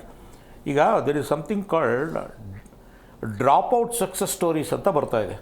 ಅಂದರೆ ಏನು ಅಂದರೆ, ನಾನು ಸ್ಕೂಲಿಂದ ಡ್ರಾಪ್ ಔಟ್ ಆಗಿ ನಾನು ಏನೆಲ್ಲ ಸಾಧನೆ ಮಾಡೋದು ಅಂತ, ಅದು ಹ್ಯಾಂಡ್ಫುಲ್. ಅಂದರೆ ಒಂದು ಕೈಗೆ ಒಂದು 10-20 ಜನಕ್ಕೆ ಆಗುವಂಥ, 8ನೇ ಕ್ಲಾಸ್ ನೋಡಿ ಎಲ್ಲಿದ್ದೀನಿ ಅನ್ನೋದು. ಕೆಲವು ಎಕ್ಸೆಪ್ಷನ್ಸ್ ಇದೆ. ಇಲಾನ್ ಮಸ್ಕ್ ಇರ್ಬೋದು, ಇನ್ನೊಬ್ರು ಇರ್ಬೋದು, ಇದಿರ್ಬೋದು, ಪ್ರಿಯಾಂಕ್ ಖರ್ಗೆ ಅವ್ರು ಇರ್ಬೋದು. ಸುಮ್ಮನೆ ಹೇಳ್ತಾ ಇದ್ದೀನಿ, ಅಂದರೆ ಒಂದು ತಮಾಷೆಗೂ ಹೇಳ್ತಾ ಇದ್ದೀನಿ. ಅಂದರೆ ಎಲ್ಲೋ ಅಲ್ಲೊಂದು ಇಲ್ಲೊಂದು ಒಂದು ಸಕ್ಸಸ್ಫುಲ್ ಪಾಲಿಟಿಷಿಯನ್ನು ಪ್ರಿಯಾಂಕ್ ಖರ್ಗೆ ಅವರು, ಇನ್ನೊಬ್ರು. ಈ ಡ್ರಾಪ್ ಔಟ್ ಸಕ್ಸಸ್ ಸ್ಟೋರೀಸ್ನ ಗ್ಲೋರಿಫೈ ಮಾಡೋದು ಸೋಷಿಯಲ್ ಮೀಡಿಯಲ್ಲಿ ಭಾಳ ಆಗೋಗಿದೆ. ಬರೀ ವಿಡಿಯೋ ಕಂಟೆಂಟ್ನ ಜನ್ರೇಟ್ ಮಾಡಿಕೊಂಡು, ಡಿಜಿಟಲ್ ಕಂಟೆಂಟ್ ಜನ್ರೇಟ್ ಮಾಡಿಕೊಂಡು, ನನಗೆ ಲಕ್ಷಾಂತರ ಫಾಲೋವರ್ಸ್ ಇದ್ದಾರೆ, ಇದರಿಂದ ನನಗೆ ದುಡ್ಡು ಬರ್ತಾ ಇದೆ ಅನ್ನೋದು ಇದೊಂದು ಮಹಾಕಲ್ಪನೆ ಬೇರೆ ಆಗಿಬಿಟ್ಟಿದೆ. ಅಂದರೆ ಜನಕ್ಕೆ ಏನಾಗ್ಬಿಟ್ಟಿದೆ, ದೇ ಹ್ಯಾವ್ ಲಾಸ್ಟ್ ಇದು. ಎಸ್, ಇಟ್ ಈಸ್ ಟ್ರೂ, ಎಲ್ಲೋ ಅಲ್ಲೊಂದು ಇಲ್ಲೊಂದು ಆಗಿರುತ್ತೆ. ಅಲ್ಲಿ ನರೇಟಿವ್ ಏನು ಬರಬೇಕು ಅಂತಂದರೆ, ನಾವು ಅದಕ್ಕೆ ಡಿಸಿಪ್ಲಿನ್ ಏನಿತ್ತು, ಕಷ್ಟ ಎಷ್ಟು ಪಟ್ಟರು, ಅದಕ್ಕೆ ಹೇಗೆ ಕಾರಣ ಅನ್ನೋದನ್ನು ನಾವು ಮರಿತಾ ಇದ್ದೀವಿ. ಆ ಇನ್ಫ್ಲೂಯೆನ್ಸರ್ಸು ಇದು ಆಲ್ಸೋ ಕಾರಣ. ಈ ಮಕ್ಕಳುಗಳು ಕೆಲಸ ಬಿಟ್ಟು, ಮೇಯ್ನ್ ಅಂದರೆ ಶಾಲೆ ಬಿಟ್ಟು, ಕಾಲೇಜ್ ಬಿಟ್ಟು, ಯಾವುದೋ ಒಂದು ಜಾಬಿಗೆ ಸೇರಿಕೊಂಡು ಹೆಂಗೋ ಉದ್ಧಾರ ಆಗೋಗ್ತೀಯಾ, ಹೆಂಗೋ ಬಂದ್ಬಿಡ್ತೀಯಾ ಅನ್ನೋದೊಂದು ತಪ್ಪು ಕಲ್ಪನೆ ಒಂಥರ ಸೃಷ್ಟಿಯಾಗೋಗಿದೆ ಅಂತ ನಾನು ಹೇಳ್ತೀನಿ. ಅದರ ಕಡೆ ನಿಗಾ ಇಡಬೇಕಂತ. ಹೌದು. ಇಲ್ಲ, ಇವಾಗ ಅದೇ ಇನ್ಫ್ಲೂಯೆನ್ಸ್ ಆಗ್ತಾ ಇರೋದು ಸರ್. ಒಂದೇ ಒಂದು ಉದಾಹರಣೆ ಹೇಳ್ಬಿಡ್ತೀನಿ. ಬಿಲ್ ಗೇಟ್ಸು ಅವರು ಅತಿ ಶ್ರೀಮಂತರು. ಅವರು ಒಂದು ಸಂದರ್ಶನದಲ್ಲಿ ಹೇಳ್ತಾರೆ, ನಾನು ಪದವಿನಲ್ಲಿ ಫೇಲ್ ಆದೆ. ನಾನು ಫೇಲ್ ಆಗಿದ್ದಕ್ಕೆ ಈ ಫ್ಯಾಕ್ಟ್ರಿನ, ಅಂದರೆ ಈ ಕಂಪನಿನ ಶುರು ಮಾಡಿದೆ. ನನ್ನ ಜೊತೆ ಇದ್ದವರು ಪಾಸಾದರು, ಚೆನ್ನಾಗಿ ಓದಿ ಪಾಸಾದರು. ನಾನು ಕಂಪ್ನಿ ಶುರು ಮಾಡಿದೆ, ನನ್ನ ಕಂಪ್ನಿನಲ್ಲಿ ಅವ್ರು ಬಂದು ಕೆಲಸ ಮಾಡ್ತಾಯಿದ್ದಾರೆ. ಇದು ಯಾವ ಮಾಡಲ್ ಇದು? ಹಂಗಂತ ಹೇಳಿ ನಾವು ನಮ್ಮ ಮಕ್ಕಳನ್ನ ಶಾಲೆಗೆ ಕಳಿಸ್ತೇ ಇರೋಕ್ಕಾಗತ್ತಾ? ಫೇಲ್ ಆದರೆ ನಾವು ಖುಷಿ ಪಡೋಕ್ಕಾಗತ್ತಾ? ಇದು ಒಂದು ಕೆಟ್ಟ ಉದಾಹರಣೆ ಅವರು ಸಕ್ಸಸ್ ಇರ್ಬೋದು, ಬಟ್ ಉದಾಹರಣೆ ಇದು ಕೆಟ್ಟದ್ದು. ಅವ್ರು ಹೇಳ್ತಾರೆ ಅವರು ಇಂಟರ್ವ್ಯೂನಲ್ಲಿ, ನಾನು ಕಂಪ್ನಿ ಶುರು ಮಾಡಿದ್ದಕ್ಕೆ ಚೆನ್ನಾಗಿ ಓದಿ ಪದವಿ ಪಡೆದವರೆಲ್ಲ ರ್ಯಾಂಕ್ ಬಂದವರೆಲ್ಲ ನನ್ನ ಕಂಪ್ನಿನಲ್ಲಿ ಕೆಲಸ ಮಾಡ್ತಾ ಇದ್ದಾರೆ ಅಂತ. ಇದು ಅವರಿಗೆ ಸಕ್ಸಸ್ ಇರ್ಬೋದು, ಆದರೆ ಇದು ಒಳ್ಳೆ ಮಾಡಲ್ ಅಲ್ಲ ಇದು. ಖಂಡಿತವಾಗ್ಲು ಇದು ಹೇಗಿದೆ ಅಂದ್ರೆ ಅವ್ರು ಹೇಳಿದಕ್ಕೆ ಪೂರಕವಾಗಿ ಯಾರೋ ಒಬ್ಬ ಡ್ರಿಂಕ್ಸ್ ಮಾಡಿ ಸಿಗರೇಟ್ ಎಲ್ಲ ಹೊಡ್ಕೊಂಡು 80 ವರ್ಷ ಬದುಕಿರ್ತಾನೆ, ಇನ್ನೊಬ್ರು ಏನು ಮಾಡೋದಿಲ್ಲ 60-70 ವರ್ಷಕ್ಕೆ ಸತ್ತೋಗ್ಬಿಟ್ರೆ ಅದನ್ನ ರೋಲ್ ಮಾಡಲ್ಲಾಗಿ ನಾವು ತಗೊಳೋದು ಅಂತಿದ್ಯಲ್ಲ, ಆ ತರ ಆಗುತ್ತೆ. ಅದು ಆಗೋದಿಲ್ಲ. ಯಾವ್ದೋ ಜೆನೆಟಿಕಲ್ ಒಂದು ಇಶ್ಯೂ ಅಲ್ಲಿ ಏನೋ ಒಂದು ಇದಾಗಿರುತ್ತೆ. It is not common fact. Common fact is entirely ಒಳ್ಳೇದೇ. ಸಮಾಜದಲ್ಲಿ ಒಳ್ಳೆ ಅಂಶಗಳೇ ಯಾವಾಗ್ಲೂ ಮೌಲ್ಯಯುತವಾಗಿ. ವಿವೇಕಾನಂದ ಸರ್, ಅಲ್ಲೋ ಇಲ್ಲೋ ಒಂದು ಉದಾಹರಣೆ. ವಿವೇಕಾನಂದ ಸರ್, ಈಗಿರುವಂತ ಪ್ರಶ್ನೆ ಸೋತು ಗೆದ್ದವರ ಕತೆ ಕೇಳಬೇಕಾ ಅಥವಾ ಶಿಕ್ಷಣದ ಕಡೆ ಗಮನ ಕೊಡಬೇಕಾ ಅನ್ನೋದು. ಅಲ್ಲ, ಈಗ ಕತೆ ಅಂತ ಹೇಳ್ತೀವಲ್ಲ, ಸೋತು ಗೆದ್ದವರಿಗೆ. ರಾಜ್ಕುಮಾರ್ ಅಷ್ಟೇ 3ನೇ ಕ್ಲಾಸ್. ನಾನು ಕೂಡ ಸಿನಿಮಾದಲ್ಲಿ ನಟ ಆಗ್ಬೇಕು ಅಂದಾಗ ಯಾಕೆ ಓದ್ಬೇಕು, ನಾನು ಓದಿದ್ದೀನಿ. ರಾಜ್ಕುಮಾರ್ 4ನೇ ಕ್ಲಾಸ್ ಓದಿ ಹೀರೋ ಆಗ್ಬಿಟ್ಟಿರ್ಲಿಲ್ಲ ಅಂತ, ಅಥವಾ ಇನ್ಯಾರನ್ನು ಆ ರೀತಿ ಈಗ ಟೀಮ್ ಆಡ್ತಾ ಇದ್ರು ಪ್ರೈಮ್ ಮಿನಿಸ್ಟರ್, ಅವರು ಟೀಮ್ ಇದು ಆಗ್ಬಿಟ್ಟು ಪ್ರಧಾನಮಂತ್ರಿ ಆಗ್ಬಿಟ್ರು, ಅಥವಾ ಇನ್ಯಾರ ಕುರಿ ಮೇಯಿಸ್ತಾ ಇದ್ರು ಮುಖ್ಯಮಂತ್ರಿ ಆಗ್ಬಿಟ್ರು. ಇವೆಲ್ಲವೂ ಕೂಡ ಕತೆಗಳಲ್ಲಿ ಕೇಳಲಿಕ್ಕೆ ಇದು ಸಹಜ ಅಲ್ಲ. ಇದು ಎಲ್ಲರ ವ್ಯಕ್ತಿಗಳಲ್ಲೂ ಅತ್ಯಂತ ಸಹಜವಾಗಿ ಶ್ರಮ ಇದೆಯಲ್ಲ, ಶ್ರಮ ಸಂಸ್ಕೃತಿ. ಈಗ ಪ್ರಿಯಾಂಕ್ ಖರ್ಗೆ ಅಂತ ಹೇಳಿದ್ರು, ಪ್ರಿಯಾಂಕ್ ಖರ್ಗೆ ಅವರು ಆಗಿದ್ರು, ಅವ್ರ ಹಿನ್ನೆಲೆ ಇತ್ತು. ನಾವೇನು ಪ್ರಿಯಾಂಕ್ ಖರ್ಗೆ ಆಗಕ್ಕಾಗುತ್ತಾ? ಖರ್ಗೆ ಅವರಿದ್ರು, ನಮ್ಮಪ್ಪಗೇನು ಖರ್ಗೆ ಅಲ್ಲವಲ್ಲ. ಸೊ ಆ ಕಾರಣಕ್ಕಾಗಿ ಈ ತರದ ಕತೆಗಳನ್ನ ಕೇಳಿ ಸ್ಫೂರ್ತಿದಾಯಕವಾಗ್ಲಿಕ್ಕೆ ಸಹ ಇದೆ. ಅದರ್ವೈಸ್ ಎಲ್ಲವೂ ಶ್ರಮದಾಯಕವಾಗೇ ನಾವು ಮೇಲೆ ಬರ್ಬೇಕಾಗುತ್ತೆ. ನೀವ್ ಹೇಳಿದ್ರಲ್ಲ ಸಕ್ಸಸ್ ಸ್ಟೋರಿ, ಅದನ್ನ ಕೇಳ್ಬೇಕಾ? ಶಿಕ್ಷಣ ಇರೋದೇ ಈ ಕಾರಣಕ್ಕೆ. ಏನಂದ್ರೆ ನಿಮ್ಗೆ ಯಾವ್ದು ನ್ಯಾಯ, ಮೌಲ್ಯಯುತ ಅನ್ನೋದು ಯಾವುದು? ಅದೇ ಹೇಳಿದ್ರಲ್ಲ, ಈಗ ಯಾರೋ ಒಬ್ರು ಸಿನಿಮಾ ನಟನೋ ಇನ್ನೊಬ್ಬ ಯಾರೋ ಒಬ್ರು ಅಡಿಗೆ ಮಾಡೋದ್ರಲ್ಲಿ ಕೋಟಿ ಸಂಪಾದನೆ ಮಾಡ್ತಿದ್ದಾರೆ. ಎಷ್ಟು ಜನ ಮಾಡ್ಲಿಕ್ಕೆ ಸಾಧ್ಯ? ನಾವು ಮತ್ತೆ ಅಡಿಗೆ ಮಾಡೋದೇ ಆಗುತ್ತೆ. ಇನ್ನೊಬ್ಬರ ಕಾಮಿಡಿಗಳಲ್ಲಿ ಇನ್ನೊಬ್ಬ ಯಾರೋ ಮೇಲೆ ಬಂದ್ಬಿಟ್ಟಿದ್ದಾನೆ ಅಂದ್ರೆ ಯಾವುದೋ ಒಂದೊಂದನ್ನ ಆಗಲ್ಲ. ಯಾಕೆಂದ್ರೆ ಇದು ನಮ್ಮ ದೇಶದಲ್ಲೇ ತಗೊಂಡ್ರೆ ನಿರುದ್ಯೋಗಿಗಳ ಸಂಖ್ಯೆ ಎಷ್ಟಿದೆ, ಎಷ್ಟು ಜನ ಏನೇನ್ ಕೆಲಸ ಮಾಡ್ತಿದ್ದಾರೆ. ಅಂಬಾನಿ ಅದಾನಿಗಳನ್ನ, ನಾರಾಯಣ ಮೂರ್ತಿಯನ್ನ ನೀವು ಉದಾಹರಣೆಗೆ ಅವರ ಶ್ರಮ ಸಂಸ್ಕೃತಿಯನ್ನ ಬೇಕಾದ್ರೆ ಎಚ್ಚೆತ್ಕೊಳ್ಬೇಕು. ಯಾರೀಗ ಮಕ್ಕಳು ಎಚ್ಚೆತ್ಕೊಳ್ಬೇಕಾ, ಪೋಷಕರು ಎಚ್ಚೆತ್ಕೊಳ್ಬೇಕಾ, ಸರ್ಕಾರ ಎಚ್ಚೆತ್ಕೊಳ್ಬೇಕಾ? ಮೂರು ಜನ ನಮಗೆ ಮಕ್ಕಳು 3ನೇ ಸ್ಥಾನ ಬರ್ತಾರೆ. ಎಚ್ಚೆತ್ಕೊಳ್ಬೇಕಾಗಿರೋದು ಮೊದಲು ಸರ್ಕಾರ, ಸೆಕೆಂಡ್ ಪೋಷಕರು. ಸಹಜವಾಗಿ ಇವರಿಬ್ಬರು ಆದ್ಮೇಲೆ ಮಕ್ಕಳನ್ನ ನಾವು ಅದಕ್ಕೆ ತಯಾರಿ ಮಾಡ್ಬೋದು. ಮಕ್ಕಳಿಗೆ ಅವ್ರ ಕೈಯಲ್ಲಿ ಸ್ವತಂತ್ರನೂ ಇರೋದಿಲ್ಲ, ಆ ಜ್ಞಾನನೂ ಇರೋದಿಲ್ಲ ಅವ್ರಿಗೆ. ಅವ್ರನ್ನ ನಾವು ಸಮಾಜ, ಮಕ್ಕಳು ಹೇಳ್ತಾರಲ್ಲ ನಾವು ಹೇಳಿದ್ ಕೇಳಲ್ಲ, ನಾವು ಮಾಡಿದ್ ಮಾಡ್ತವೆ. ಮೇಯ್ನು ಸರ್ಕಾರ. ಯಾಕೆಂದ್ರೆ ನಮ್ಮ ಜುಟ್ಟು ಜನಿವಾರ ಸಂಪೂರ್ಣ ಸಂಪನ್ಮೂಲಗಳ ಅಧಿಕಾರ ಸರ್ಕಾರದ ಜೊತೆನೆ ಇರೋದು. ಫಸ್ಟ್ ಸರ್ಕಾರ, ಸೆಕೆಂಡ್ ಪೋಷಕರು, 3 ಮಕ್ಕಳು ಅಂತ ನನ್ನ ಅನಾಲಿಸಿಸ್. ಎಲ್ಲಿಂದ ಶುರುವಾಗಬೇಕು ಈ ಜಾಗೃತಿ? ನಾನು ಕೇಳಿದ್ರೆ ಇಮಿಡಿಯೇಟ್ ಪ್ರಾಬ್ಲಮ್ ಇರೋದೇ ಸೋಷಿಯಲ್ ಮೀಡಿಯಾ. ನಾನು ಕೇಳಿದ್ರೆ ಈಗ ನಾವೇನು ಹೇಳಿದ್ವಿ, ಬೆಂಗಳೂರು ಸುತ್ತಮುತ್ತಲು ಹೊರವಲಯದಲ್ಲಿ ಇದೆ ಸಿಚುವೇಶನ್. ಕ್ರಮ ಆಗಬೇಕು ಸೋಷಿಯಲ್ ಮೀಡಿಯಾಲಿ. ಈಗ ಸರ್ಕಾರನೂ ಮಾಡಿದೆ 16 ಒಳಗಡೆ ಸೋಷಿಯಲ್ ಮೀಡಿಯಾ ಅದು ಇದು. ಅದನ್ನು ನಾನು ಕೇಳಿದ್ರೆ ಒಂದು 18ಕ್ಕೆ ಮಾಡಿದ್ರೆ ತಪ್ಪಿಲ್ಲ ಅಂತ ಹೇಳ್ತೀನಿ. ಅದರಲ್ಲಿ ವ್ಯತ್ಯಾಸ ಇರ್ಬೋದು ಒಪಿನಿಯನ್ಸು. ಬಟ್ ನನ್ನ ಕೇಳಿದ್ರೆ ಈಗಿರೋ ಡಿಸ್ಟ್ರಾಕ್ಷನ್, ಈಗಿರೋ ಬಹಳ ಕಷ್ಟಕರವಾದಂದರೆ ಸೋಷಿಯಲ್ ಮೀಡಿಯಾಯಿಂದ ರಾಂಗ್ ಇನ್ಫ್ಲೂಯೆನ್ಸ್ ಏನಾಗ್ತಾ ಇದೆ ಅದು ನಾವು ಕಡಿಮೆ ಆಗಬೇಕು. ಅಲ್ಲಿಂದ ಶುರು ಆದರೆ ಅಲ್ಲಿ ರಾಂಗ್ ಇನ್ಫ್ಲೂಯೆನ್ಸ್ಗಳು, ರಾಂಗ್ ಎಕ್ಸಾಂಪಲ್ಸ್ ಸಕ್ಸಸ್ ಸ್ಟೋರಿಗಳಿಗೆ ಅದನ್ನೆಲ್ಲ ಕಡಿತ ಇದು ಮಾಡ್ತು ಅಂತಂದರೆ ಒಂದು. ಅದರಲ್ಲಿ ಬರೀ ಪ್ರೈವೇಟ್ ಆರ್ಗನೈಸೇಷನ್ಸ್ ಒಂದೇ ಅಲ್ಲ, ಸರ್ಕಾರದ್ದು ಹೊಣೆ ಇದೆ. ಬಟ್ ನಾನು ಕೇಳಿದ್ರೆ ಅಲ್ಲಿಂದ ಶುರು ಆದರೆ ಸೋಷಿಯಲ್ ಮೀಡಿಯಾ ಕರೆಕ್ಷನ್ಸ್ ಏನಾಗಬೇಕು, ರೆಗ್ಯುಲೇಷನ್ಸ್ ಆಗಲಿ ಕರೆಕ್ಷನ್ಸ್ ಆಗಲಿ ಅಲ್ಲಾಗ್ತು ಅಂತಂದರೆ ಮಕ್ಕಳು ಯಾವುದು ಒಳ್ಳೆತನದ ನೋಡಿ, ಒಂದು ಬಿಲ್ಗೇಟ್ ಸ್ಟೋರಿ ಇರ್ಬೋದು, ಇನ್ನೊಂದು ಇರ್ಬೋದು, ಯಾವುದೇ ನೋಡಿದ್ರೂ ಆ ಸ್ಟೋರಿಲಿ ಏನು ಕಲಿಬೇಕು ಅನ್ನೋದು ನೋಡಬೇಕಷ್ಟೇ ಎಕ್ಸಾಂಪಲ್ ಆಗಿ, ಹೊರತು ಅದೇ ರಾಂಗ್ ಇನ್ಫಾರ್ಮೇಷನ್ ತೊಗೊಂಡು ಮಕ್ಕಳು ಆ ದಾರಿಲಿ ಹೋಗೋದು ತಪ್ಪು. So may be social media is A good start. Sir, ನಾವು ಮಕ್ಕಳಿಗೆ ಸರಿಯಾದ ರೀತಿ ಗೈಡ್ ಮಾಡಬೇಕು. ಇಲ್ಲೇ ನಾವು 4-5 ಮಾದರಿಯ ಹೇಳ್ದು. ಅಬ್ದುಲ್ ಕಲಾಂ ಮಾದರಿ ನಾವು ಹೇಳಬೇಕು. ಇವಾಗ ಆ ಮಾದರಿ ಯಾವ್ದು ಬಿಟ್ಟರು? ಅವರು ಪೇಪರ್ ಹಾಕ್ಕೊಂಡು ಓದಿ ವಿಜ್ಞಾನಿಯಾಗಿ ರಾಷ್ಟ್ರಪತಿ ಆದಂಥವ್ರು. ಅಂಥ ಉದಾಹರಣೆನ ಆಯ್ಕೆ ಮಾಡೋದಕ್ಕೆ ಮಕ್ಕಳಿಗೆ ನಾವು ಅವಕಾಶ ಕೊಡಬೇಕು. ಅಲ್ಲ, ನಿಮಗೆ ಸಕ್ಸಸ್ ಸಿಗಬೇಕಂದ್ರೆ ಪರಿಶ್ರಮ ಬೇಕೇ ಬೇಕು. ಪರಿಶ್ರಮ ಬೇಕು. ಅದಕ್ಕೆ ನೀವು ಪರಿಶ್ರಮ ಪಡಿ.